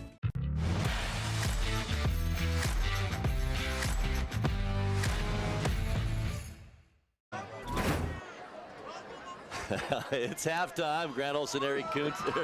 Hey! We were talking about Dan. I'll go work the chain gang if he wants to come up here for the second half. No, that's actual work down there. NCW Life Sports Director Eric Granstrom joining me. We're at halftime, 54-0. The Wenatchee Panthers on top of the Mount Boucherie Bears from Kelowna, British Columbia. And I'll tell you, Eric, I don't know, we were talking in the break. What else can we say? It's been all Panthers in this game. I mean, listen to some of these starting spots, field position for the Panthers. The Mount Boucherie 35, 45, 2, 35, 9, 34, and the Mount Boucherie 33. So Panthers have lived in the Bears' end of the football field this first half. Yeah, and I see the head coach for Mount Boucherie coming out and talking to our head referee, Dennis Brandstetter, probably discussing exactly what we talked about with the running clock. Right. I know that Mount Boucherie would love to have a chance to play some more football and try to get something accomplished here, but there's health and safety involved, and also the fact that, come on, it's 54-0. Well, hey, just real quick here, Grant. Coming up next week on the NCW Life Channel, we've got soccer on Tuesday, the first tilt of the season between Eastmont and Wenatchee. That's Tuesday night, 7 o'clock. Be sure and join us for that here on the NCW Life Channel. And then on Thursday, because of officiating shortages, they had to bump the game up to Thursday night. So that's Wenatchee and Eisenhower here in the Apple Bowl. And then on Friday, Eastmont hosting West Valley of Spokane. That's going to be at Donnybrook. That will be good. That is next Friday night here on the NCW Life Channel. I'll be here for the Thursday night game. I will not be here for the Friday night game. Who are you going to have join you in the booth? I'm going to have my old broadcast partner, Steve Sandman, join me in the booth. We did games for 8 years here at Wenatchee, so that should be a lot of fun. I'll miss you, though. Love us some Steve. But, I know. Steve's awesome. Yep, we're having the memorial service for my mom next weekend. Speaking of which, I'll be walking in the Alzheimer's Walk, the Walk to End Alzheimer's tomorrow morning. Hopefully you get a chance to join us down at Pybus Market for that. Looks like, according to your forecast, going to have a nice day for a walk. It will be nice tomorrow. Really nice, yes. Yeah. And thanks to everybody who, and I'll take a little private moment here. Thanks to everybody who donated. I'm over $800 in donations. That's awesome. For the Alzheimer's Foundation. So thank you to everybody who donated. If you want to find out more about that, just go to Facebook and look me up, and you can find out more. And hope you join us for the walk tomorrow. I'm going to speak a little bit in the ceremony beforehand at 9:30 tomorrow at Pybus Public Market, and talk about Mom and talk about why the walk is so special for me and my family. And so that's tomorrow down at Pybus Public Market. Our broadcast tonight on the NCW Life Channel brought to you by Harvest Valley Pest Control. You can rest assured Harvest Valley Pest Control uses kid and pet safe material around your home or office. Call today for your free estimate. And Dick's Heating and Air Conditioning, your comfort trained specialist specializing in commercial and residential HVAC systems, online at dicksheatingwenatchee.com. All right, Bjorgen back to receive this kick. Connor Bjorgen, as Gonzalez will kick off for the Panthers. No, it isn't Gonzalez. We're going to have to keep our be on our toes here in this second half. We're going to see a lot of different players. This kick, a boomer again, and it's kicked by the Panthers. I don't have a 27. We'll try and get that name. It's picked up by Bjorgen. He's got room around that left side. Panthers substitutes in there now, and Bjorgen all the way out, almost to midfield. Did he get there? He did. And a nice 37-yard run back by Bjorgen. How about that return? I think we have a JV kicker out there who's got number 27 on his back. It was a nice kick, too. It was. And looking at the defense here for Wenatchee, I'm just going to go straight to my heck with the flip chart and go right to everything else we got here. Let's see. We've got Alex Dorton is out there. Now, that's provided that we don't have some JV guys that are out there right now. Cameron McKenzie is out there on the defensive line along with Angel Fernandez. I'll tell you more coming up, Grant. Matiti under center this time. One receiver to the left, one to his right. It's like Weiberg in the backfield gets the hand up straight up the middle, handoff rather, across midfield into Panther territory to the 48-yard line. Yeah, I'm going to have to go to my phone because we've got more JV, I think, numbers out there for Wenatchee as like I saw. I think Cameron McKenzie was in. Was it McKenzie on the tackle? Yep. Okay, and 17 for Wenatchee on the tackle there. Blake McGuire, 5'9" sophomore. It's nice to see some of these new players in here. They're going to get a lot of action here in this second half. After this play, I'll give you an update on the score from Eastmont down at Ellensburg. Second down, 9 for the Bears. Ball at the Wenatchee 48-yard line. I formation, whistles sound, and we've got a timeout. I think the right personnel was out there for Mount Boucherie. We'll take one, too. 10:25 left to go, third quarter. Wenatchee 54, Mount Boucherie nothing. We're back to the field in 30 seconds.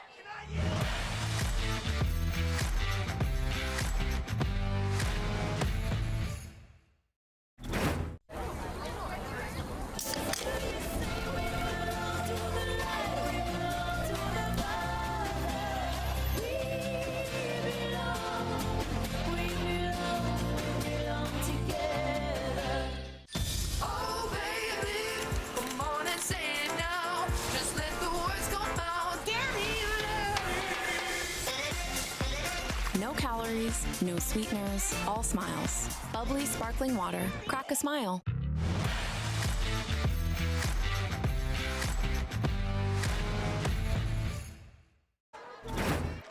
All right, while we were away on a 2nd and 8, no gain. In fact, a loss on the play, and it looks like we might have another injury. Brody Arol got twisted under on the tackle made there by Wenatchee's Angel Fernandez. Fernandez got a hold of him up high, and then his weight went down on his leg, and then he twisted him over awkwardly. So that didn't look good. It did not at all. A-Roll is up quickly, and that's a good sign, favoring that right leg, the one that got twisted as Eric described. And man, just so many injuries for this Bears team. I hate to see that. Got a score for you at halftime down in Ellensburg tonight. Eastmont has their hands full. Wildcats lead it 21-13 at half. Whoa. Yes. Man. You said they were going to be in for a fight when you and I were just talking about it amongst ourselves.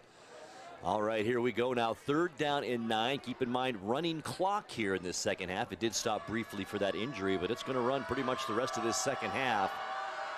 3rd and 9. Once again, Matitti's going to go back and talk to his running backs in the I formation.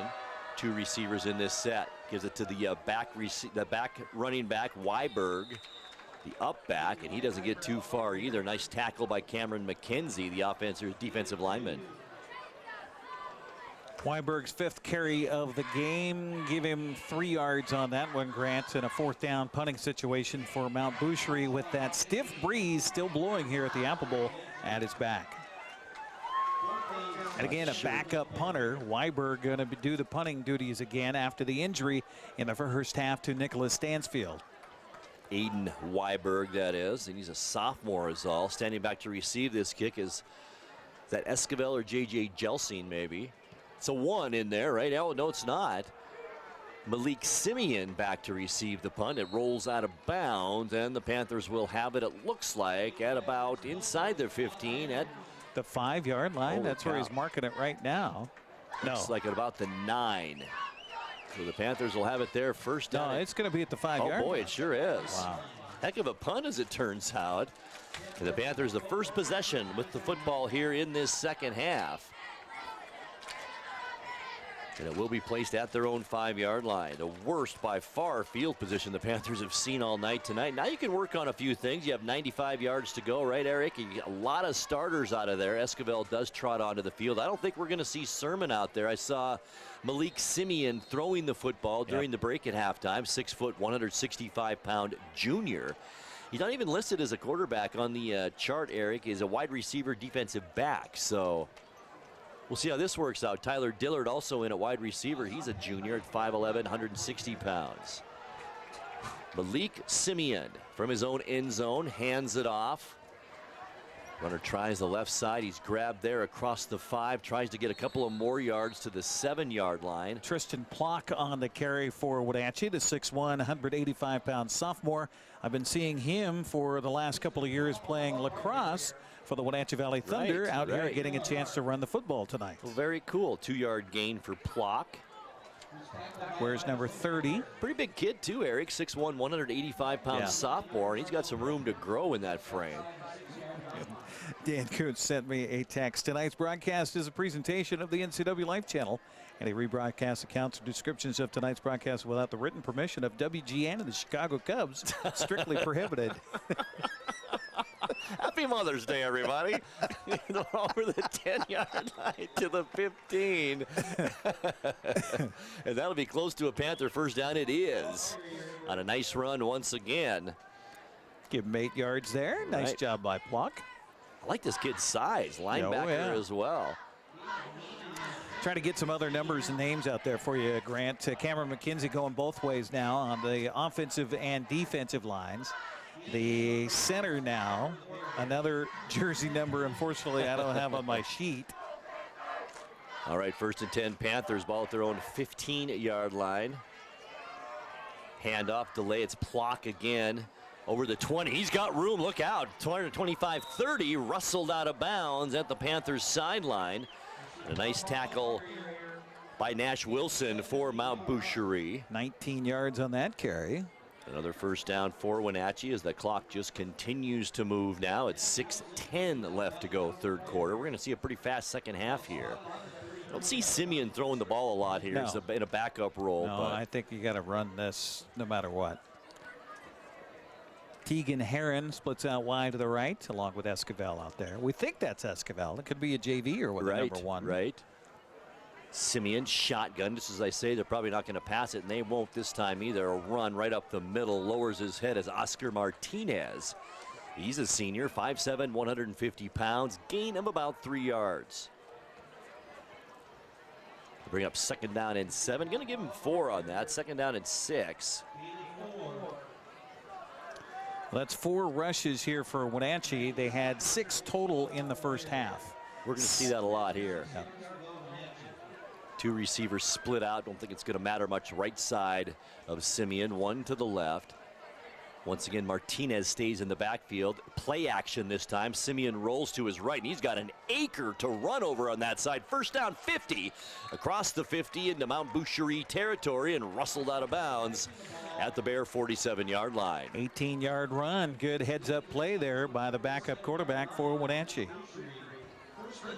Nice size too, Malik Simeon at 6 feet 165, a little bit of room to grow, but I saw him throwing it earlier and has a nice arm too, even though, like we said, we're probably not going to see a lot of passing here from the Panthers. And boy, with this running clock, it sure makes a difference. Down to 4:40 now left in this 3rd quarter. Yeah.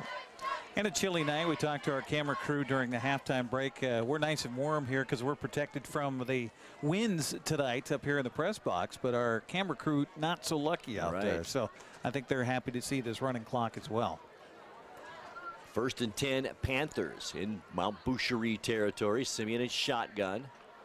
In motion, Eric Zahn. Zahn gets the handoff, tries the left side, has a ton of room across the 40, 35, and drugged down at the Mount Butchheir 30-yard line. Nice tackle by Ethan Bulcock, 6'1", 258-pound lineman for the Bears, but not after a big gain. 19 yards on that running play around the left side, and just a good burst of speed there by Zahn to get it around the corner. 145-pounder is Eric Zahn, a junior for the Panthers. As Oscar Martinez stays in the backfield, Zahn stays out there as well. Also split out right side. I think is Darwin Jimenez at wide receiver. This time it's up the middle on the handoff to Oscar Martinez. Yep. Just shy of the 20. Looks like it'd be marked down at the 20. Gain of 4 move yards. Back a ways. About the 26. You're right, Eric. Gain of 4. 3:20 left in the 3rd. Panthers up big here, 54-0. 8 different ball carriers for Wenatchee in this game, and they'll probably add more before we're done. They got Tristan Plockow split out to the right side. Ball almost got away from Simeon. He runs right into a Mount Butchheir defenseman. It's not the one you want to run into. Bronte Gallo. 6'3", 230-pounder drugs Simeon down, and that'll be a big loss all the way back to the 40. A loss of 10 yards on that sack. I just don't think he saw him. He's kind of spun the wrong way, and there he was, Gallo. Well, and he had a heck of a time finding the handle on that ball as he tried to get the snap on the shotgun and then turn and fake the handoff. And then in the process, found himself juggling it back there. Next thing he knows, he's got big number 88 staring him down. And anybody with a name like Bronte Gallo, you're in trouble. Big kid. I thought we might, he might make a little bit more noise in this game, but maybe he just hasn't had a chance in this kind of game.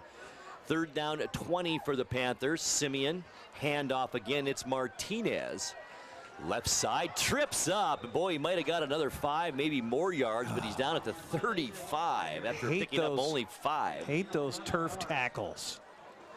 I think what happened is his eyes got big there as he saw that he had some blocking up front. And give credit to the wide receivers out here blocking on the corner for him. They but did he a just nice job, stumbled down. Right. That was Tyler Dillard on the left side, Eric. You're right. So 4th and 15, Panthers going for it here. Why not? We've got a timeout called. And it's like a Mount Butchheir player once again injured on one knee at about the 27-yard line. Another injury. Looks like it's Mason Sutcliffe over there, slow to get up. Well, 56, not 76. So that's Dayton Cunningham, big 6'3", 190-pound junior, getting help off the field. And we've seen that just too much here tonight, Grant. That's all there is to it. Are they going to be able to finish this league play up in Canada? They're not going to have all their players left. Man. This is the 4th player we've had get help off of the field for Mount Butchheir here in this game, including their starting quarterback, who's the backup quarterback. They went to the 3rd-string quarterback. We've had their all-world receiver and running back and defensive end and punter and kicker and everybody go down tonight. That really hurt the most, Stansfield, didn't it? It did. And now Cunningham helped to the sidelines. 4th and 15. Simeon shotgun, stands at the Mount Boucherie 40-yard line, puts it up over the middle, a wobbler, but right on the money, and then just dropped. The intended receiver was Dylan Stevenson, 5'10", 160-pound junior for the Panthers, and the Panthers turn it over on downs. Clock continues to move, though. We are now under a minute left to go here in this third quarter, as Mount Boucherie will have the ball for the first time here in this second half. It's hard to put a specific time for this drive down on my sheet because it's non-stopping. So you say seconds. You say circa the minute mark. Right. Well, it's good to see the starting center out there once again for Mount Boucherie, as Krishan Sani was out for quite a few plays in that first half. They had the snap problems. He's back in there at center now. He really had a tough second quarter, that's for sure. But Titty's shotgun, looks to pass, flushed out of the pocket, rolls to the right, just flips it over to his receiver, Oscar Martinez, and that might get back to the line of scrimmage. In fact, I think it might be a loss of 2. Yep. That's rough. 13 seconds. I think that's going to do it here for this third quarter as the clock runs down now below 10 seconds left in this period. That's one of the faster third quarters I've ever been through. 3 seconds, 2, 1, and that will do it. End of 3 here at the Apple Bowl in Wenatchee. It's the Wenatchee Panthers 54 and the Mount Boucherie Bears nothing. We're back with fourth quarter action in 60 seconds.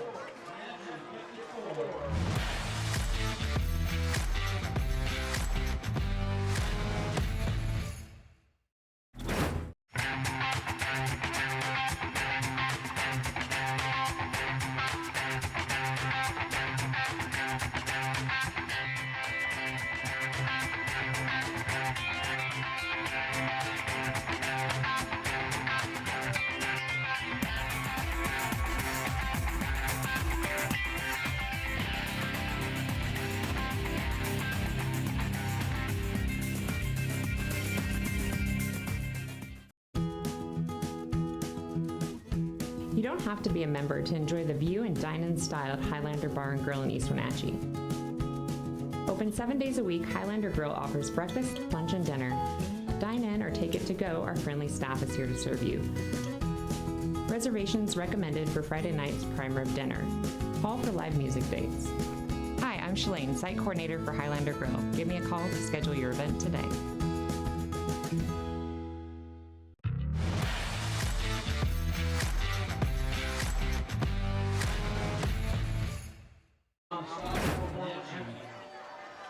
And a second down and 12 turns into a third down and 10 while you're away. A gain of 2 yards for the Mount Boucherie Bears. Gets the ball up to almost their own 35-yard line. Call it the 34.5 as Mount Boucherie, as I mentioned, faces a third down and 10. 2 receivers to the left of the quarterback, Isaac Matidi, who has been handed these duties since early in the game. Nice screen pass left side, but boy, no blocking. A stiff arm on a Panther at about the 30-yard line, and maybe some words exchanged, and there is a few words exchanged as Tristan Plock, one of the other brothers, huh, Eric? I got Tristan Plock at number 22 and Tristan Plock at number 30 on my roster as well, so it was a nice stiff arm any way you look at it. Maybe he wears 2 different uniforms. Loss of about 3 or 4 on that play. That brings up 4th down and 15. Let me refer to the official one that was given us here tonight. And Aiden Weiberg will be in to punt. He's only a sophomore. Back to receive the kick for the Panthers. It looks like it might be the quarterback, Malik Simeon. Now 22 is Leo Tornabine. Okay. For Wenatchee. Not a bad kick. And it's downed at the Wenatchee 42.5-yard line. So good field position for the Panthers here. The clock continues to move. Second possession of this half for the Panthers. And just a note to our affiliates down the line, we will we'll have an abbreviated post-game show here on the NCAA Life channel. So we'll get you the wrap up here from the booth, and we will call it a night here when it's all said and done, because I can't imagine that Coach Scott Devereaux is really going to want to talk a lot about this one here tonight. And I don't think even the players would be that excited to talk about it, do you? No. I really don't. Running clock here. Best thing that Mount Boucherie is looking forward to now is Wenatchee provides them a big spaghetti dinner. Isn't that nice? After the game. Yeah. Simeon stays in at quarterback. Panthers have it first down to 10. The ball's on the turf. It is picked up as Eric Zahn picked it up, and then he's dropped for a loss of about 2.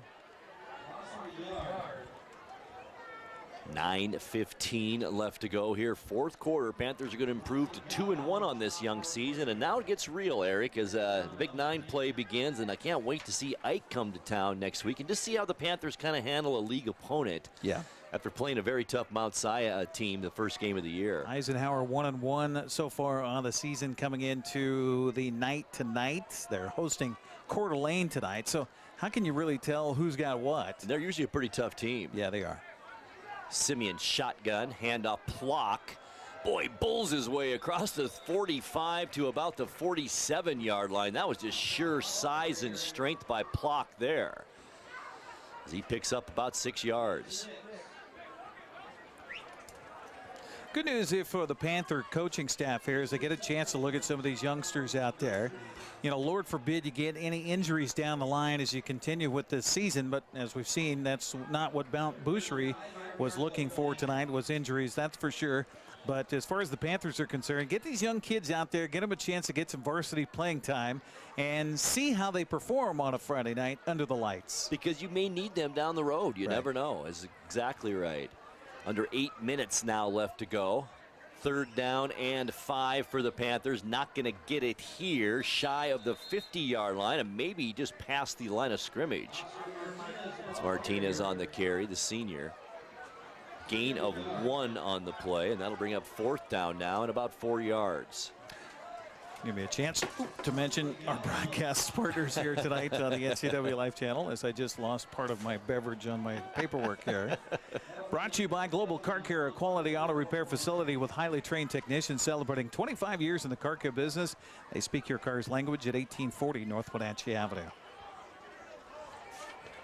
This only the 2nd punt of the night for the Panthers, and it's at number 27. That we don't have on our roster. He got a good boot into it. Nice kick away is right. Bjorgen lost the football. It's still loose on the turf and then picked up.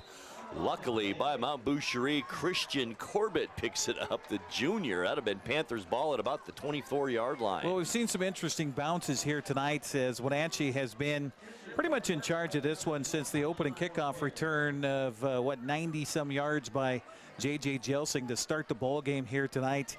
The bounces have gone Wenatchee's way and not for Mount Boucherie here in this one. Boy, it's just like the old saying, when it rains, it pours, and it did pour on Mount Boucherie tonight. And just, you know, a run back 93 yards like that just sets the tone for the rest of the night. It really does.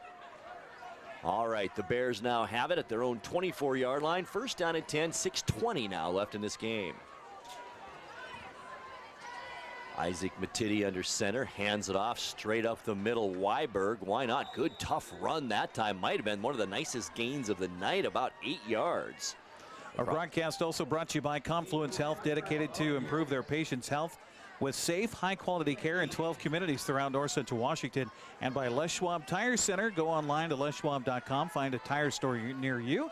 Be sure to check out their fall tire sale going on now. Got to get those in before we're done. Absolutely. 2nd down and 2 now. Nice gain up the middle by Weiberg of 8 with 5:39 left. Yeah, you can't move like that. The left guard moved. And that was number 50, Ben Kulas. 3rd penalty for Mount Boucherie in the game for 20 yards. Almost, if I'm Wenatchee, I almost want to decline that. But you got your youngsters out there playing defense. You got to give them, you know, your competitive best. And the competitive best would not be to decline a penalty that would. They would sense that. Yeah, absolutely. Well, Mount Boucherie probably doesn't want that either. Absolutely. 2nd down, 7 now with that penalty. 5 minutes left to go. Handoff, the up back again to Weiberg. Gets up to the 30-yard line. That's a gain of 3. So a couple of carries for Weiberg and 11 yards. That's positive for these Bears tonight. They're not quite in positive territory on the rushing tonight. with so many of those snaps that went over the quarterback's head in the first half. Having some issues with the losses here tonight. Matiti 8 for -50, and 3 of those on snaps that went over his head. 3rd down and 4 for the Bears. I formation once again. Here's Weiberg again. Why not? Tough runner. But a nice, tough defensive play by the Panthers. Angel Fernandez, the 6'2", 225-pound junior in there. 9 carries, 25 yards unofficially for Weiberg in this one. Our broadcast brought to you by BioSports Physical Therapy. Find them online at biosports.net. Open Monday through Friday, 7 a.m. to 7 p.m. And Impact Auto Sales. They strive to impact your life, not your wallet. You can expect a hassle-free car buying experience at Impact Auto Sales in Wenatchee. 4th down and 3, and it looks like Mount Boucherie is going to punt it away. Aiden Weiberg. He's standing at his own 19-yard line, and back to receive for the Panthers, Tristan Plock. Good snap. There's the kick. A low end-over-ender.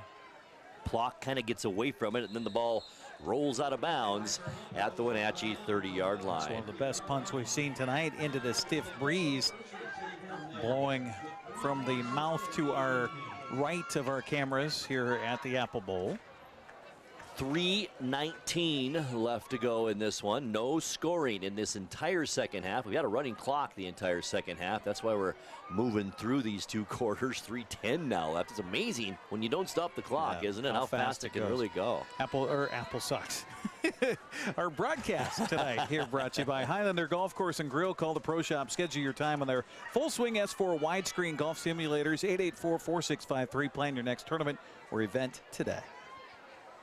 And we have another new quarterback in there for the Panthers. Here's Plock in the meantime. Is he going to go? The 40, 35, cuts back up inside the 30 to the Mount Boucherie 28-yard line. And what a run by Plock. This kid is a star and only a sophomore. 42 yards on the gallop there by Tristan Plock. He doesn't care who's on the field against him. He's going to try to get his. How much you say that was? 42 yards. Yes. In their quarterback, by the way, is sophomore Connor Dooley, 5'9", 135 pounds. Big gain for the Panthers as we creep up on 2 minutes now left in this ball game. And the Panthers up big, looking for some more here. Dooley claps his hands. We had some movement up on the line.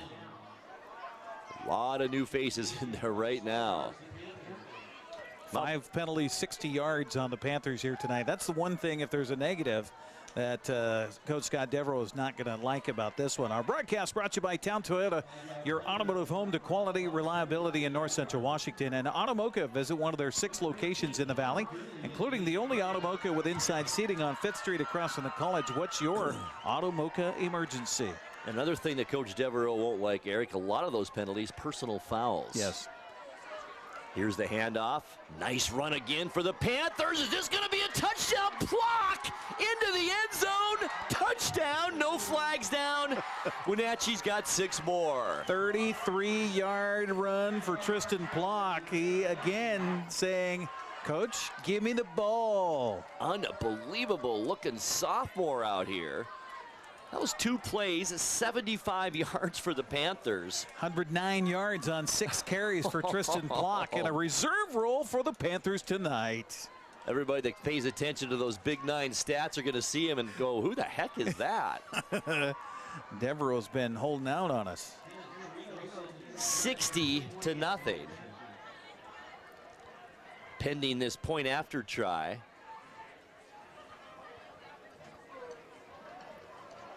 The Panthers would love to just let this clock run out, but they can't. They've got to kick it. The kick is up. It looks like the kick went through, and it's good by the person. We don't know who it is. Number 27. Well, congratulations, number 27. You made an extra point. That's Tom Thompson. Is it Tom Thompson, right? Yeah, right. I think that's going to be it here, too. 15 seconds, 13 seconds. The flag and the cheerleader on the field. 8 seconds left to go, and I think this is going to wrap it up right here as we wind this down. 2 seconds, 1, and that will do it. Our final score here from Leib-Opto Field at the Apple Bowl. It was a runaway. The Wenatchee Panthers 61 and the Mount Boucherie Bears nothing. We will take a 2-minute timeout, and we'll come back for the NCAA postgame show right after this.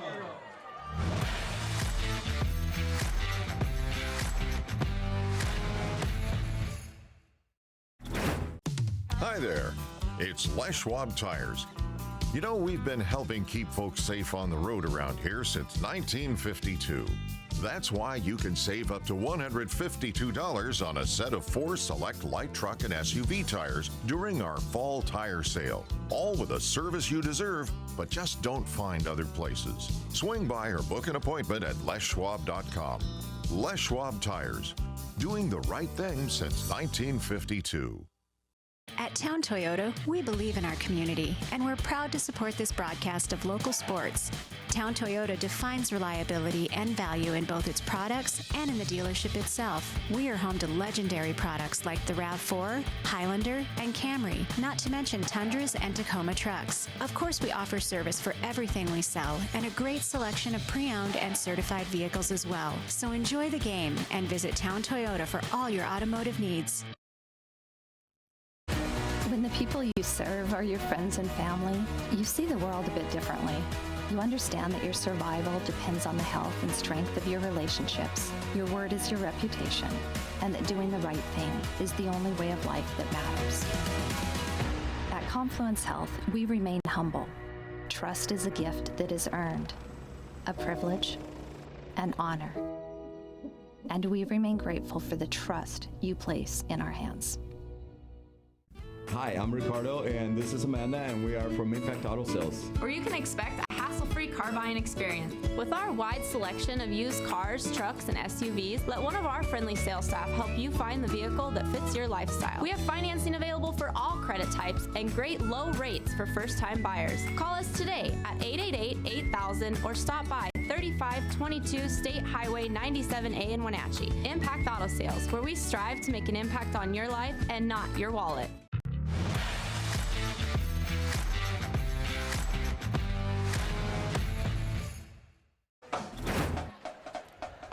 All right, Grant Olson along with Eric Granstrom back at the Apple Bowl, where the Wenatchee Panthers just steamrolled the Mount Boucherie Bears by a final score of 61-0. And Eric, there's some impressive stats as far as the Panthers side goes. Absolutely. A total of 188 yards rushing tonight for the Panthers, and most of that by Tristan Plock in the second half. How about it? 6 carries, 109 yards for Tristan.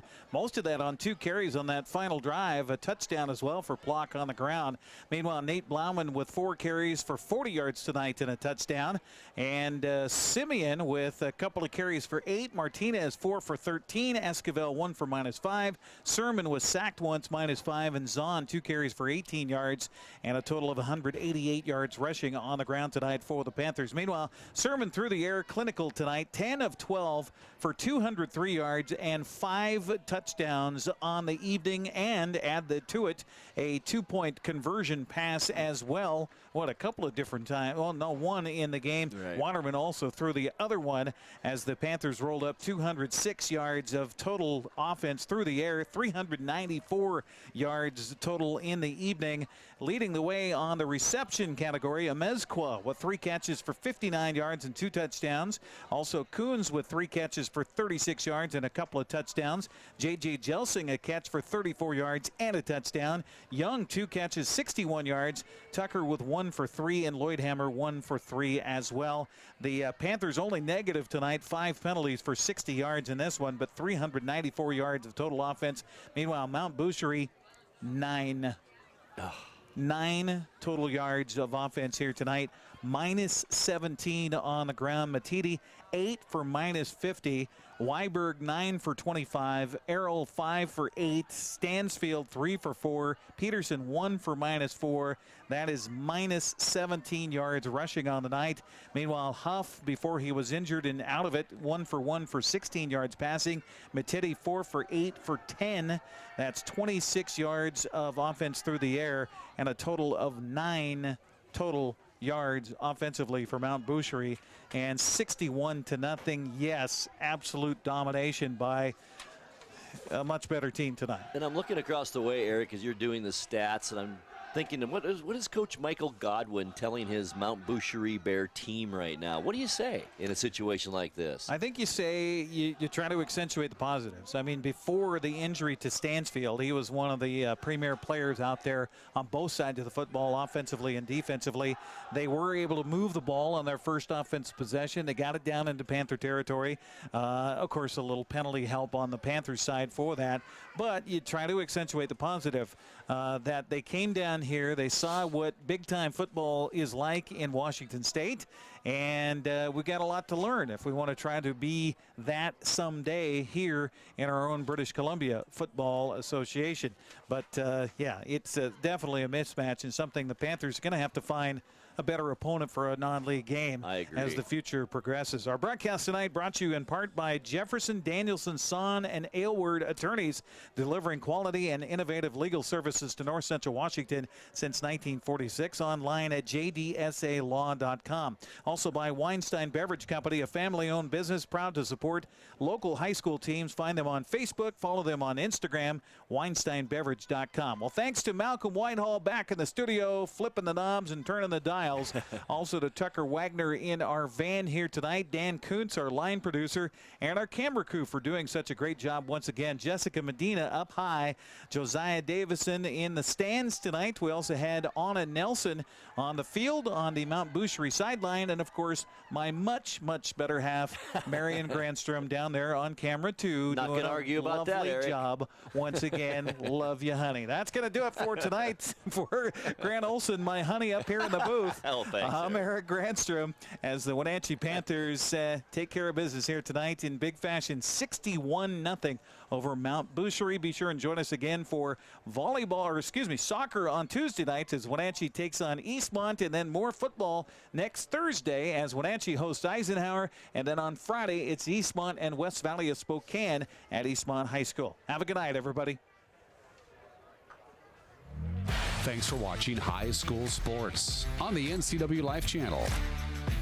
Tonight's broadcast was brought to you by Harvest Valley Pest Control, Dick's Heating and Air Conditioning, Global Car Care, Confluence Health, Les Schwab Tires, Biosports Physical Therapy, Impact Auto Sales, the Highlander Golf Course and Grill, Town Toyota, Automoka, JDSA Law, and Weinstein Beverage. This concludes today's coverage of high school sports on your home for local sports, the NCW Life Channel.